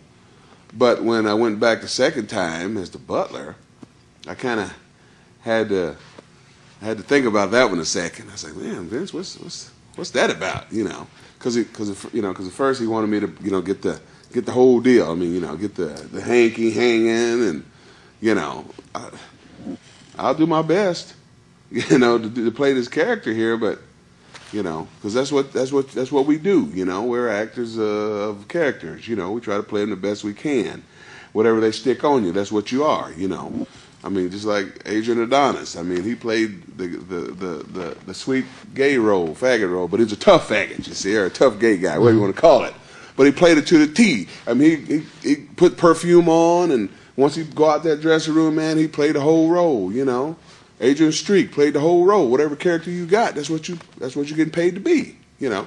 And I tried to play the best butler I could possibly play. And that was a short run, but I don't know what happened with that one. If you were to take a guess, what would you say happened? I'd say it's the same thing. Same thing. Somebody lied about drugs, but they didn't give me no drug tests that time. They just said, sent me a release, and party was over. And then 99 came, or 98. Well, 98, I said to myself, I'm going back to WWF. I said, this is what I'm going to do. I said, I'm gonna hit the gym. I'm gonna get ripped up and get in top shape, and I'm gonna send them a proposal of this new character that I'm working on. And that's when, before the millennium hit, right? I said, well, shoot, this is what I did. I went and got a patent on Millennium Man, Mr. Hughes, and I put a package together. I was in shape, ripped up, looking good. Got some pictures tucking of the new character, had the whole gimmick, the whole 9 yards. Sent the package to Vince again, right? Sent it to Bruce Pritchard, okay? Because he hired me the second time and the third time. He the one that got me going again. So I sent the package to him, FedEx, and he got it the next day, called, he got it. He got on the phone, he goes, I said, did you get that package? He goes, yep. I'm looking at it, you look great. Curtis, you on steroids? I said, no. I said, that's hard work, brother. He said, all right, well, we got a meeting, and I'm gonna take your package in the meeting with Vince and JR and everybody, and they're sitting around a big table, like corporate people do, and so we're having a meeting on certain guys that we're thinking about wanting to use, and I'm gonna throw your name in the hat, and I'll get back with you, So a couple of days go by, and he gets back with me. That's when they asked me again, Curtis, you on steroids? I said, no, I'm not on steroids. I'm telling you, I'm not on steroids. He goes, this is what we're gonna do. We're gonna bring you up to Stanford. We're going to fly you in. We're going to have you here for a week, train with us, and see if you're in ring shape. So they brought me in to Stanford, put me up at the hotel, paid me, gave me a rent-a-car, took care of me. Great. I was there for a week at the school in Stanford there. Tom was a teacher at the school at the time. He's not there anymore. But when I got there, the posse that was Vince's son, his buddies, they were at the school too, so I was working out with them, And when I first got there, Tom told me, he goes, Curtis, you're a great worker, but we don't work like that anymore, so you're going to have to pick up the pace a little bit. I was like, what do you mean? He goes, a little more action, He goes, that stuff you used to do, that was fine and good at the time, but we need for you to pick up the pace a little bit, a little faster moving around, none of that slow methodical stuff you used to do. I said, oh, okay, ain't no problem. So I got in there and did my thing, and they worked me in the ring. Said he's in great shape, Went back over to the office, met with the creative team, met with JR, met with Vince and all of them, and I said, hey, we're going to give you this amount of money. We're going to send you a contract. It'll probably beat you there. Sign it, have your lawyer look at it, sign it, whatever, blah, blah, blah, send it back to us. And so that's what I did. And got there, and when I got there, they didn't want to use me as Millennium Man because they had started building Jericho up for that. Okay, they were going to call Jericho Millennium Man, but I sent them the package of my patent and everything, so they couldn't use it like that. Because they tried to use it down in WCW with Sid Vicious, see. But I sent them a package of the Millennium Man too, because I tried to get a job there, and I sent them the copy of the patent, about the name. You can't use that name. I got it. Mm-hmm. So that's why they had to stop calling him Millennium Man, and that's why they started calling Chris Jericho Y2J, right? So instead of them bringing me in as the Millennium Man, they stuck me with Jericho. I'm going a little too far there. Nope. For you? No, good. And that's why they stuck me with Jericho, say, as his bodyguard instead of being Millennium Man Mr. Hughes. Maybe this is completely untrue, but it's reported that there was an altercation between you and Ken Shamrock following the Shamrock Jericho cage match. Yeah, I'll tell you about that. What happened was, I came out there as Gus Gracie. That's how they brought me back, with the hood on, all the black. Had Gus Gracie, supposed to be a shoot fighter, and had the cage there. And Jericho I was supposed to go out there, and he's supposed to just do all these different holds and moves on me, and I'm tapping out, And Ken Shamrock had enough, He had enough of me suffering out there. Jericho beat me up, but we already knew we was trying to draw him out anyway, so we could jump him. Well, Jericho's a little stiff. He's stiff with everybody. If you ever work with him, you know what I'm talking about. Anyway, I get in the ring. He comes in the ring to save me. He gets on Jericho, right? I get up, go, just start beating him up from behind. So Jericho's down there kicking him, stiffening him. He's yelling up at me, if you kick me any harder, I'm going to kick your effing ass, I'm going, who's he talking to? I'm not stiff. I'm a good worker. So it had to be Jericho, so Jericho's still stiffing him, see? So finally, he gets up, we had him on the rope there, and he just swung and just went whack. Hit me right in the jaw here. Good thing I had that mask on, that hood on, because he would have broke my jaw, because it hit me pretty hard. But I didn't sell it, though, So finally, we left the ring. We go back to the back to do the live interview on Raw, right? So me and Jericho standing there, getting ready to do the live interview with Raw, and we just about ready to get started. He comes walking by from the ring. He comes up to where I was. Man, I told you. I told you not to effing, stiff me. I said, man, I didn't do that. I don't stiff people. I said, I'm professional at this stuff, brother. I don't stiff people. And he just ran on. We're going back and forth. You know what I'm saying? So the guy was just like, man, cool it. Told him to leave. And then we did an interview. Well, the next day, at the other building, he comes in. I'm in the dressing room, chilling because I got there early. He comes in the room and apologizes to me. Because at first I was like, man, here we go again, man. I'm going to have to fight this tough son of a gun, man.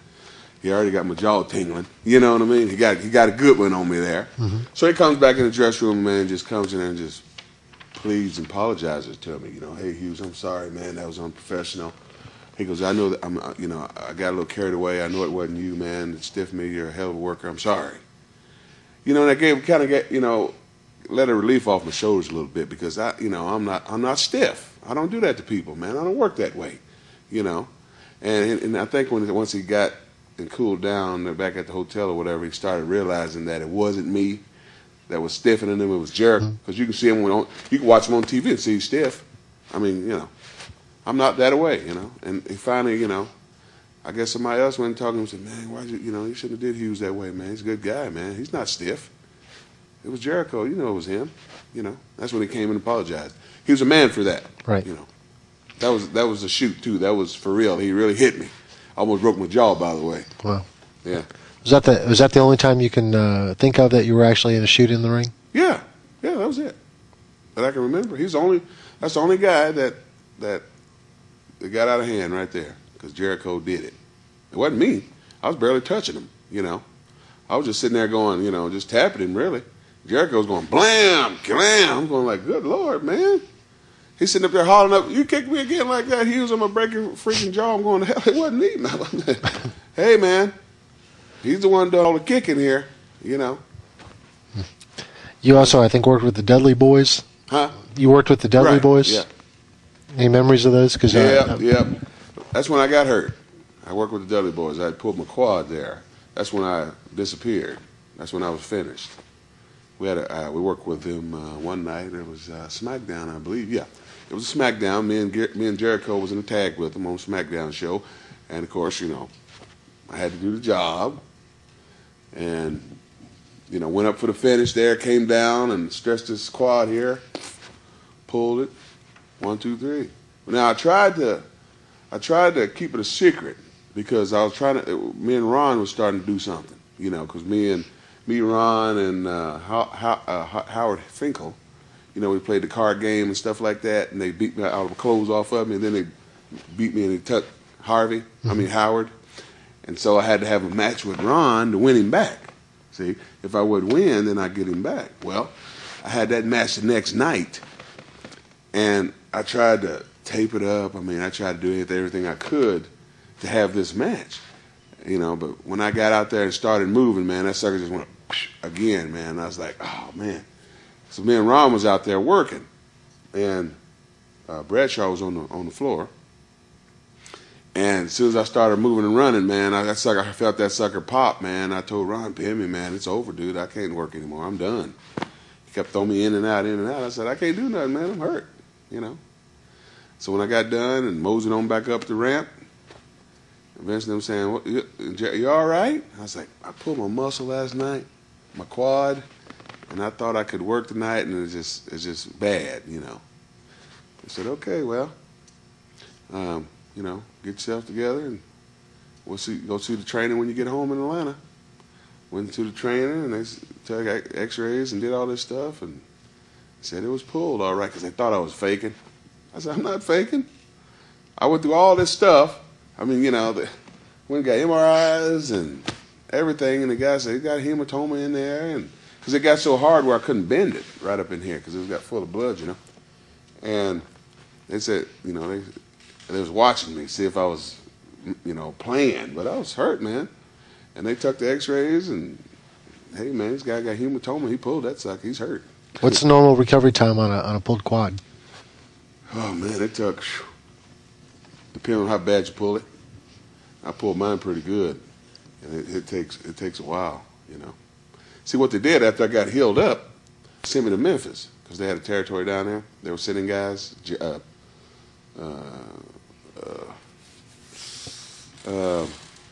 I was down there.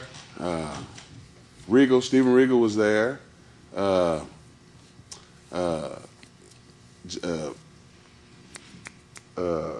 Jerry Lawler's son was down there. Mm-hmm. Of course, they lived down there, so. And Anvil was there, a couple other guys I can't remember. But they sent everybody down there, And so when I was down there, that's when they sent me, release letters.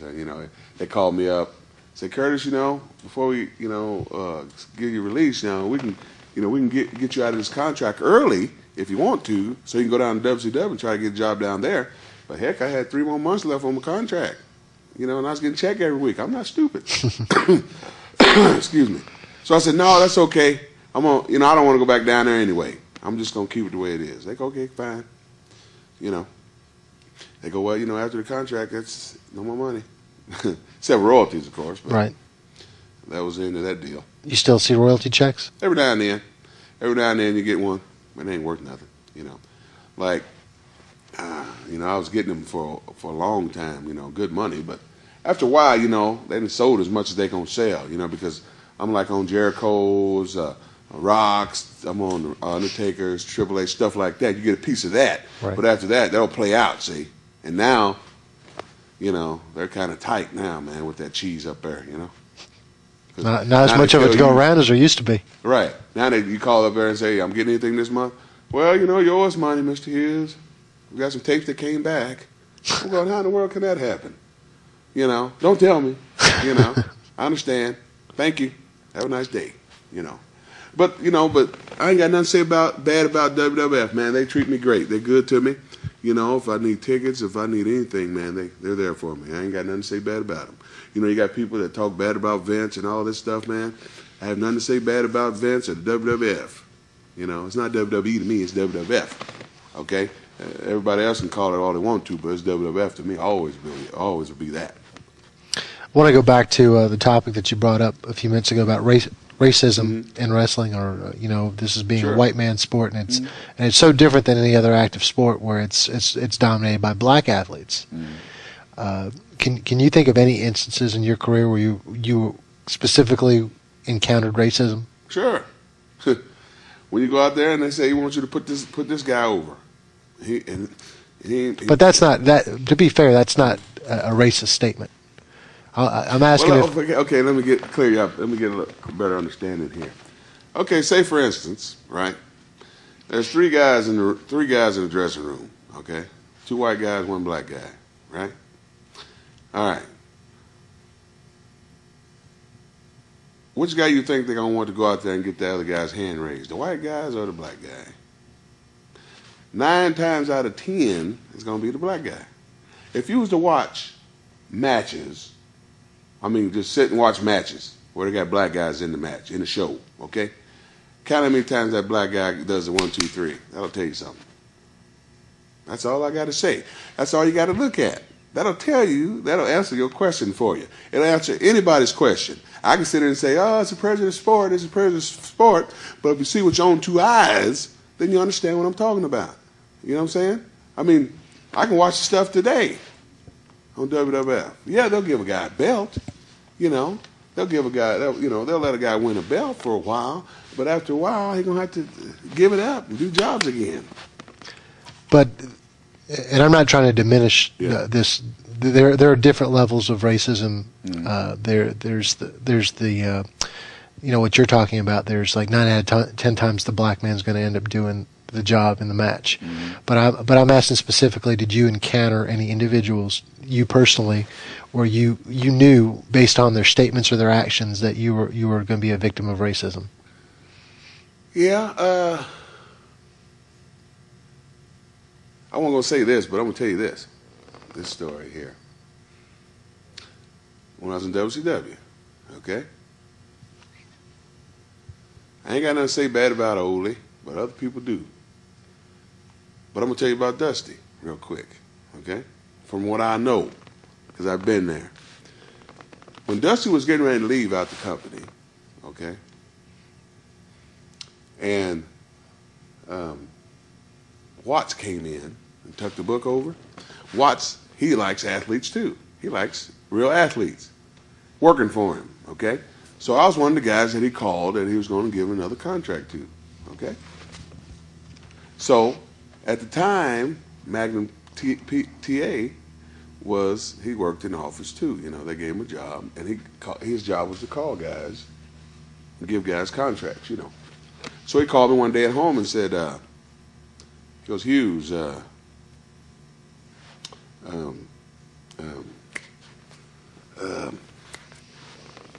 Watts want to talk to you. Boy, Bill Watts he wants you to come to the office, want to have a talk with him. I said, sure, I'll be right up. Because his office was in the CNN building. I lived down by the airport. I used to then. So I hurried up, went on up to the office, got in the elevator, went up to the top floor there, got off, walked down that long hall they used to have. Like a long hall, man. It's like a tunnel vision. Anyway, you walk down that long hall, you go in there, receptionist tell, I'm here, Mr. Hughes is here, tell Mr. Watts, Mr. Hughes here, meet with him. Go in the hall they used to have. Like a long hall, man. It's like a tunnel vision. Anyway, you walk down that long hall, you go in there, receptionist tell, I'm here, Mr. Hughes is here, tell Mr. Watts, Mr. Hughes here, meet with him. Go on in the back, his office is in the back there. Went on in the back, went in his office there. It was just him in office when I went in there.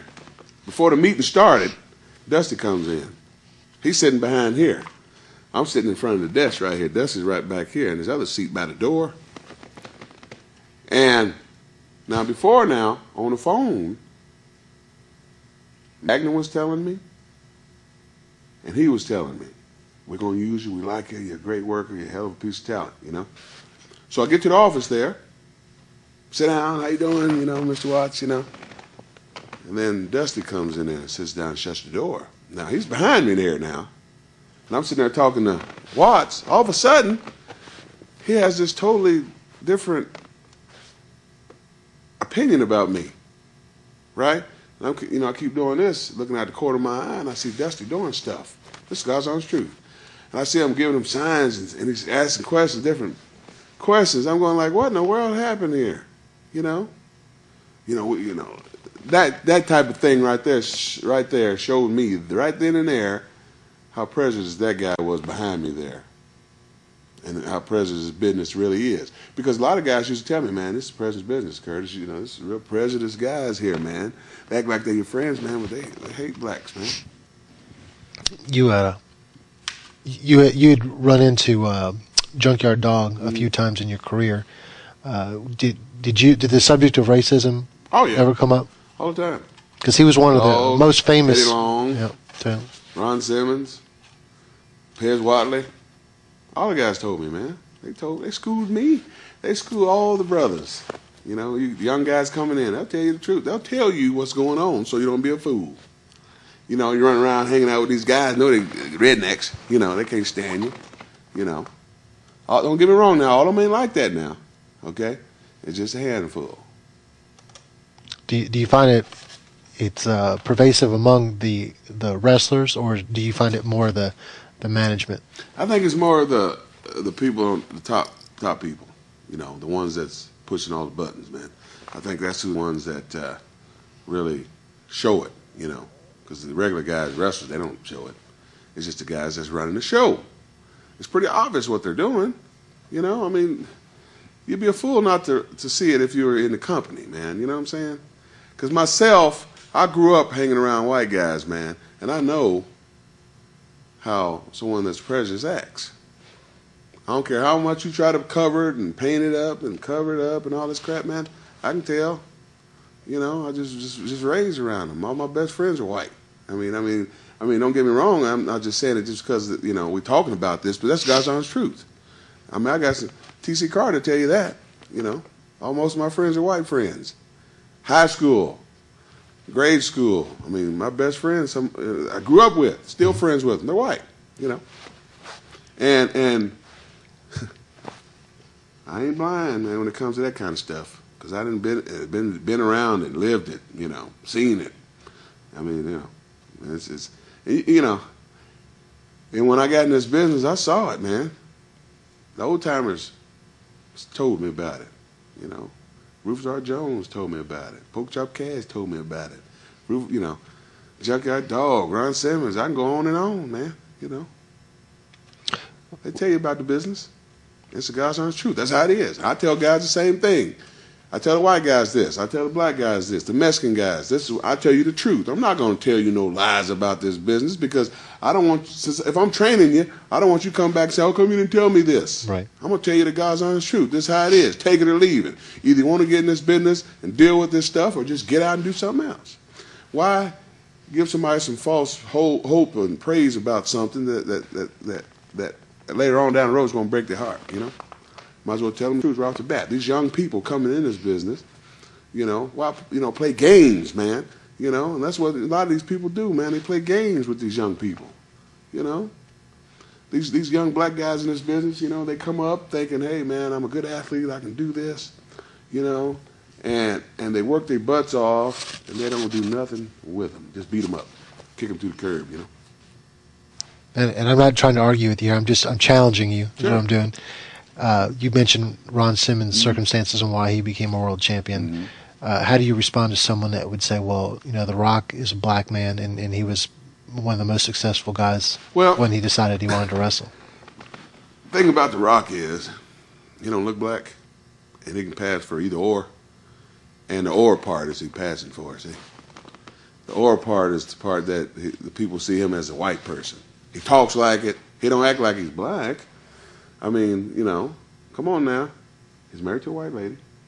Don't get me wrong. Rock's a good friend of mine. I like him. But I'm just being honest with you. You asked me a question. Oh, I gave you a softball. I was just wondering whether you were going to hit it there or not. Yeah, I'm just being honest with you. All right. I'm telling you something. Just like if he get raped some broad, they're going to treat him like a black man. Right. Anywhere around that one.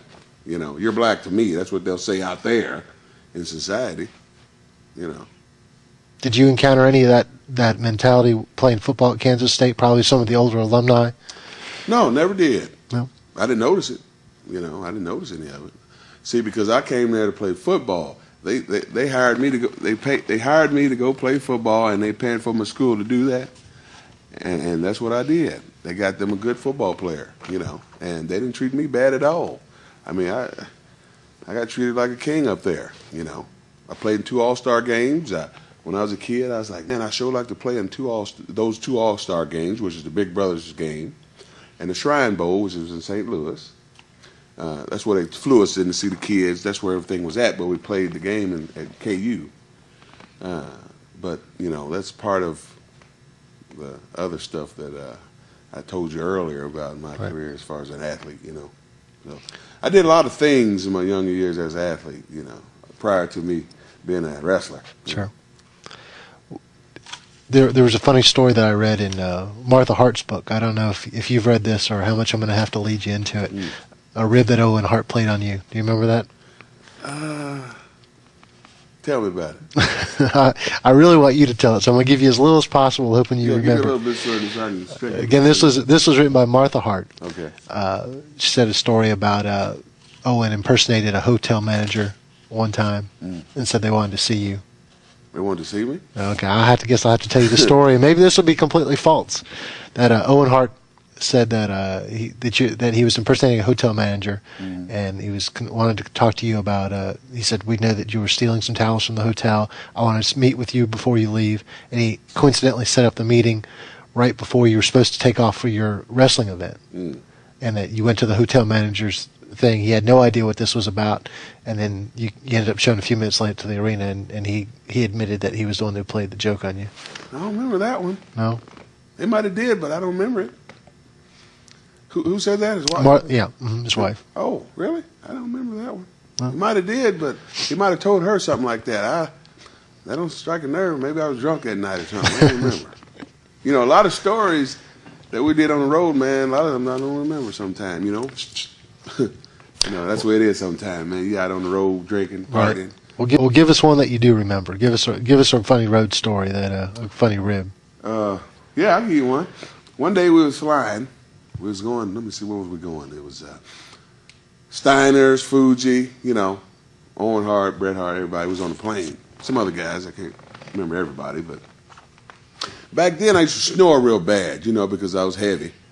And they used to get upset, because me snoring all the time. And one day I was on the plane and I was tired, wore out, so I went to sleep right away. Had the Raw t-shirt on. And I went to sleep. I had my shades on. I had some Ray-Ban shades on. And I went to sleep, and it's kind of funny to me, too. And I went to sleep, and I felt something on my nose, So I went, because I had. Then I opened my eyes, and I had whipped cream on my hand here, and it was all over my face and top of my head. And my shirt was ripped, and I tried to take my shades off to see what everything was, and my shades wouldn't come off, right? So I'm sitting there going, my shades won't come off. So I got up, went in the commode on the plane, looked in the mirror, I said, man, who did this to me? My shirt was cut, my glasses was, somebody super glued my glasses to my head here, had whipped cream all over myself. So I was like, it might have had to have been Steiner or Fuji, because they was the ones sitting behind me. Because when I went to sleep, because it was on the 747, there was a whole row of seats. There was people sitting next to me on both sides, but when I woke up, they was all gone, see? And I was like, something's funny here. Nobody's sitting over here, nobody's sitting over here. My shirt's ripped, my glasses are glued to my head, I got all this whipped cream on me. So I went to the bathroom, got cleaned up, finally, I'm just sitting there trying to pull it off. I said, somebody actually super glued my glasses to my head, man. So I was like, I got cleaned up, got the glasses off. I was like, ouch, man, that hurt, So I got all cleaned up, went back out. Now I have a bag, one of my bags in the overhead there. Got another shirt out, put that on, So I sit back down. I'm looking around at people, and everybody's laughing and giggling, I'm sitting there trying to figure out who. I got my shades back on, I'm looking around and see, who in the world did this to me? Steiner over acting like he's sleeping. I'm talking about Dogface Gremlin, Rick. He's sitting acting like he's sleeping. Fuji back there, like he's reading something. I turn around, Fuji sitting right behind me, you know. I said, Fuji, you know who did this to me? I don't know nothing. I don't know nothing, you know. So I got up and went towards the front there. Asked the flight attendant, did you guys see anything? You know. And this little kid was coming walking to go to the bathroom up there towards the front in the middle. Big plane, you know, 747. He goes, excuse me, sir. He goes, I can tell you who did that to you. He goes, that old man sitting behind you did it. I said, you mean the old Chinese guy? He goes, yeah. I said, oh, thank you. Gave him an autograph picture, you know, here you go, kid. Can't for him now. He don't know what that means. So I went back there and sat back down, you know, and looked up and turned around and said, Fuji, did you glue my head to my shades to my head and everything? I said, no. No, who told you that? Come to find out it was Fuji and the Steiners played that rib on me. Oh. I got him back though. How? Well, when we got to the building, okay, and while those guys was in the ring, I just went and pissed in their bag, zipped it back up. We're even, boys. I mean, you know, when they got back to, you know, get ready to get their stuff to get together, you know, it was kind of wet in there, you know.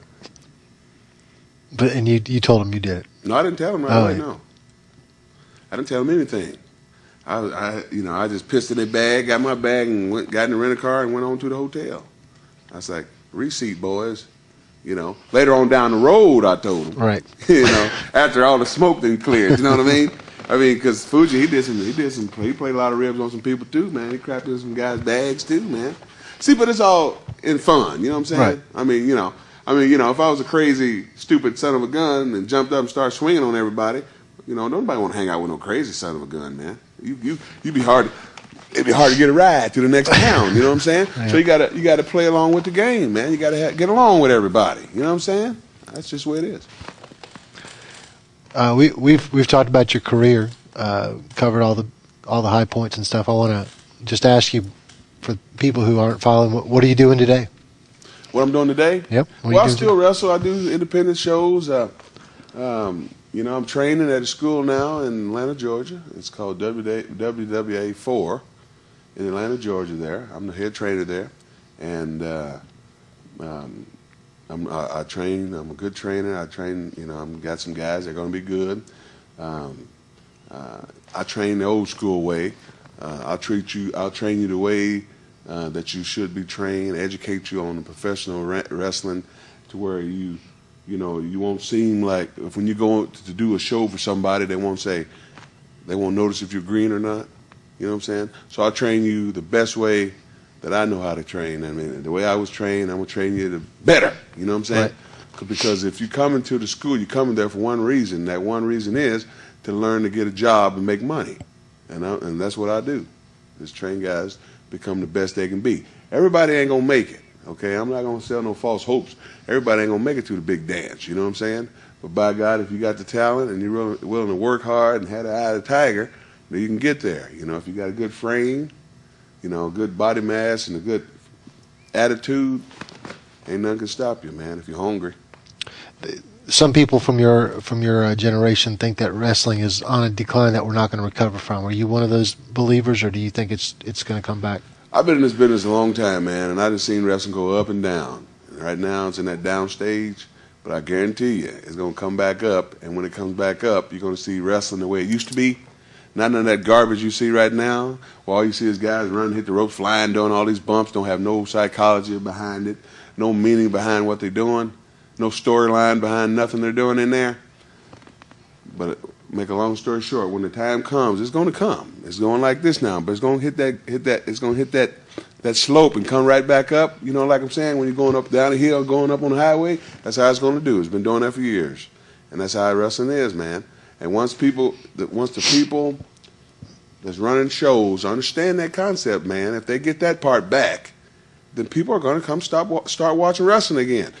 I don't care what they do up there in WWF. If they don't go back to old school wrestling, they're going to lose everybody. Because all that stuff they're showing on there, it don't mean nothing. It don't pertain to wrestling. They got all this behind-the-scenes stuff, man. Go back to wrestling. Show an interview with a guy you're going to fight and go to the ring with it. Instead of, have somebody run around chasing some naked woman, showing titties and vaginas and all that stuff, get all that garbage out of wrestling. That's not wrestling. That's Hollywood. I'm in the business to wrestle. That's it. That's all. I'm in the business to teach people how to wrestle, how to do this stuff the right way, not how to do no behind-the-scenes Hollywood stuff. You understand what I'm saying? That's what it's got to get back to. If it gets back to that, then people are going to start coming and showing up and buying seats to sit down and watch a wrestling match, a real wrestling show. They're not coming to see no stuff on no General Hospital, Edge of Night kind of stuff. They want to see some wrestling, man, some holds, some moves, some spit flying, you know what I'm saying? That kind of thing. Once you get back to that, I think it'll go back that way. In closing, I'm going to let you say your goodbye to everybody who purchased this video and wanted to see what you had to say. Yeah. I'll let you say goodbye in your own terms. Yeah. One thing you got to realize here is you're looking at the number one, the best that there's the best wrestler out there as far as a bad guy. I try to perform the best way I can. I try to give you people the best wrestling that you want to see. I'm not trying to do all that crazy stuff that you're seeing on WWF. Don't get me wrong. I ain't got nothing bad about Vince, but some of the stuff that they're doing up there is hogwash. Okay?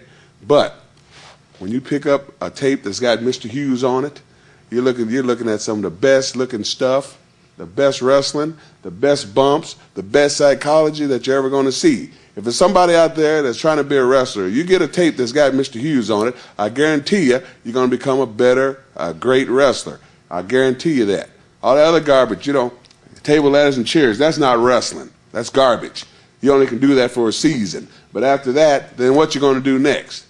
But if you get a tape or anything that's got Mr. Hughes on it, or Big Cat, or Curtis the Cat, or anything that pertains to Mr. Hughes, you're getting the best out there, and I guarantee it.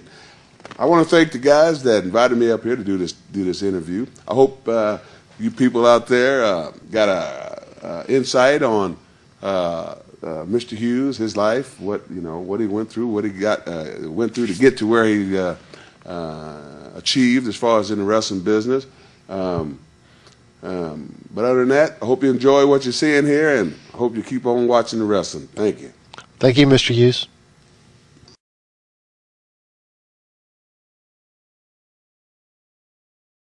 Ladies and gentlemen, Mr. Curtis Hughes. You go have another drink.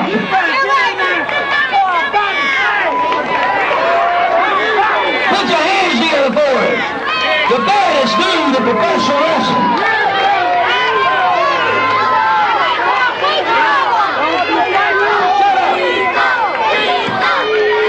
Shut your mouth, little girl.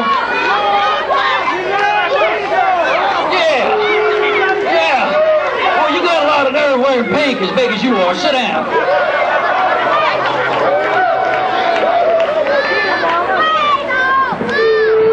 Mr. Hughes, I've got to tell you.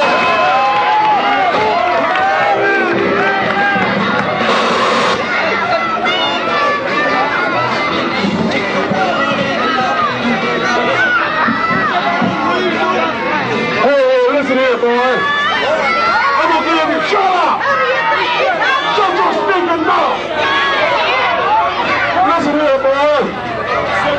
You got 30 seconds to leave this ring. I'm gonna beat you down like I did The Rock, like I did all the rest of these no good for nothing jabronis. Shut up!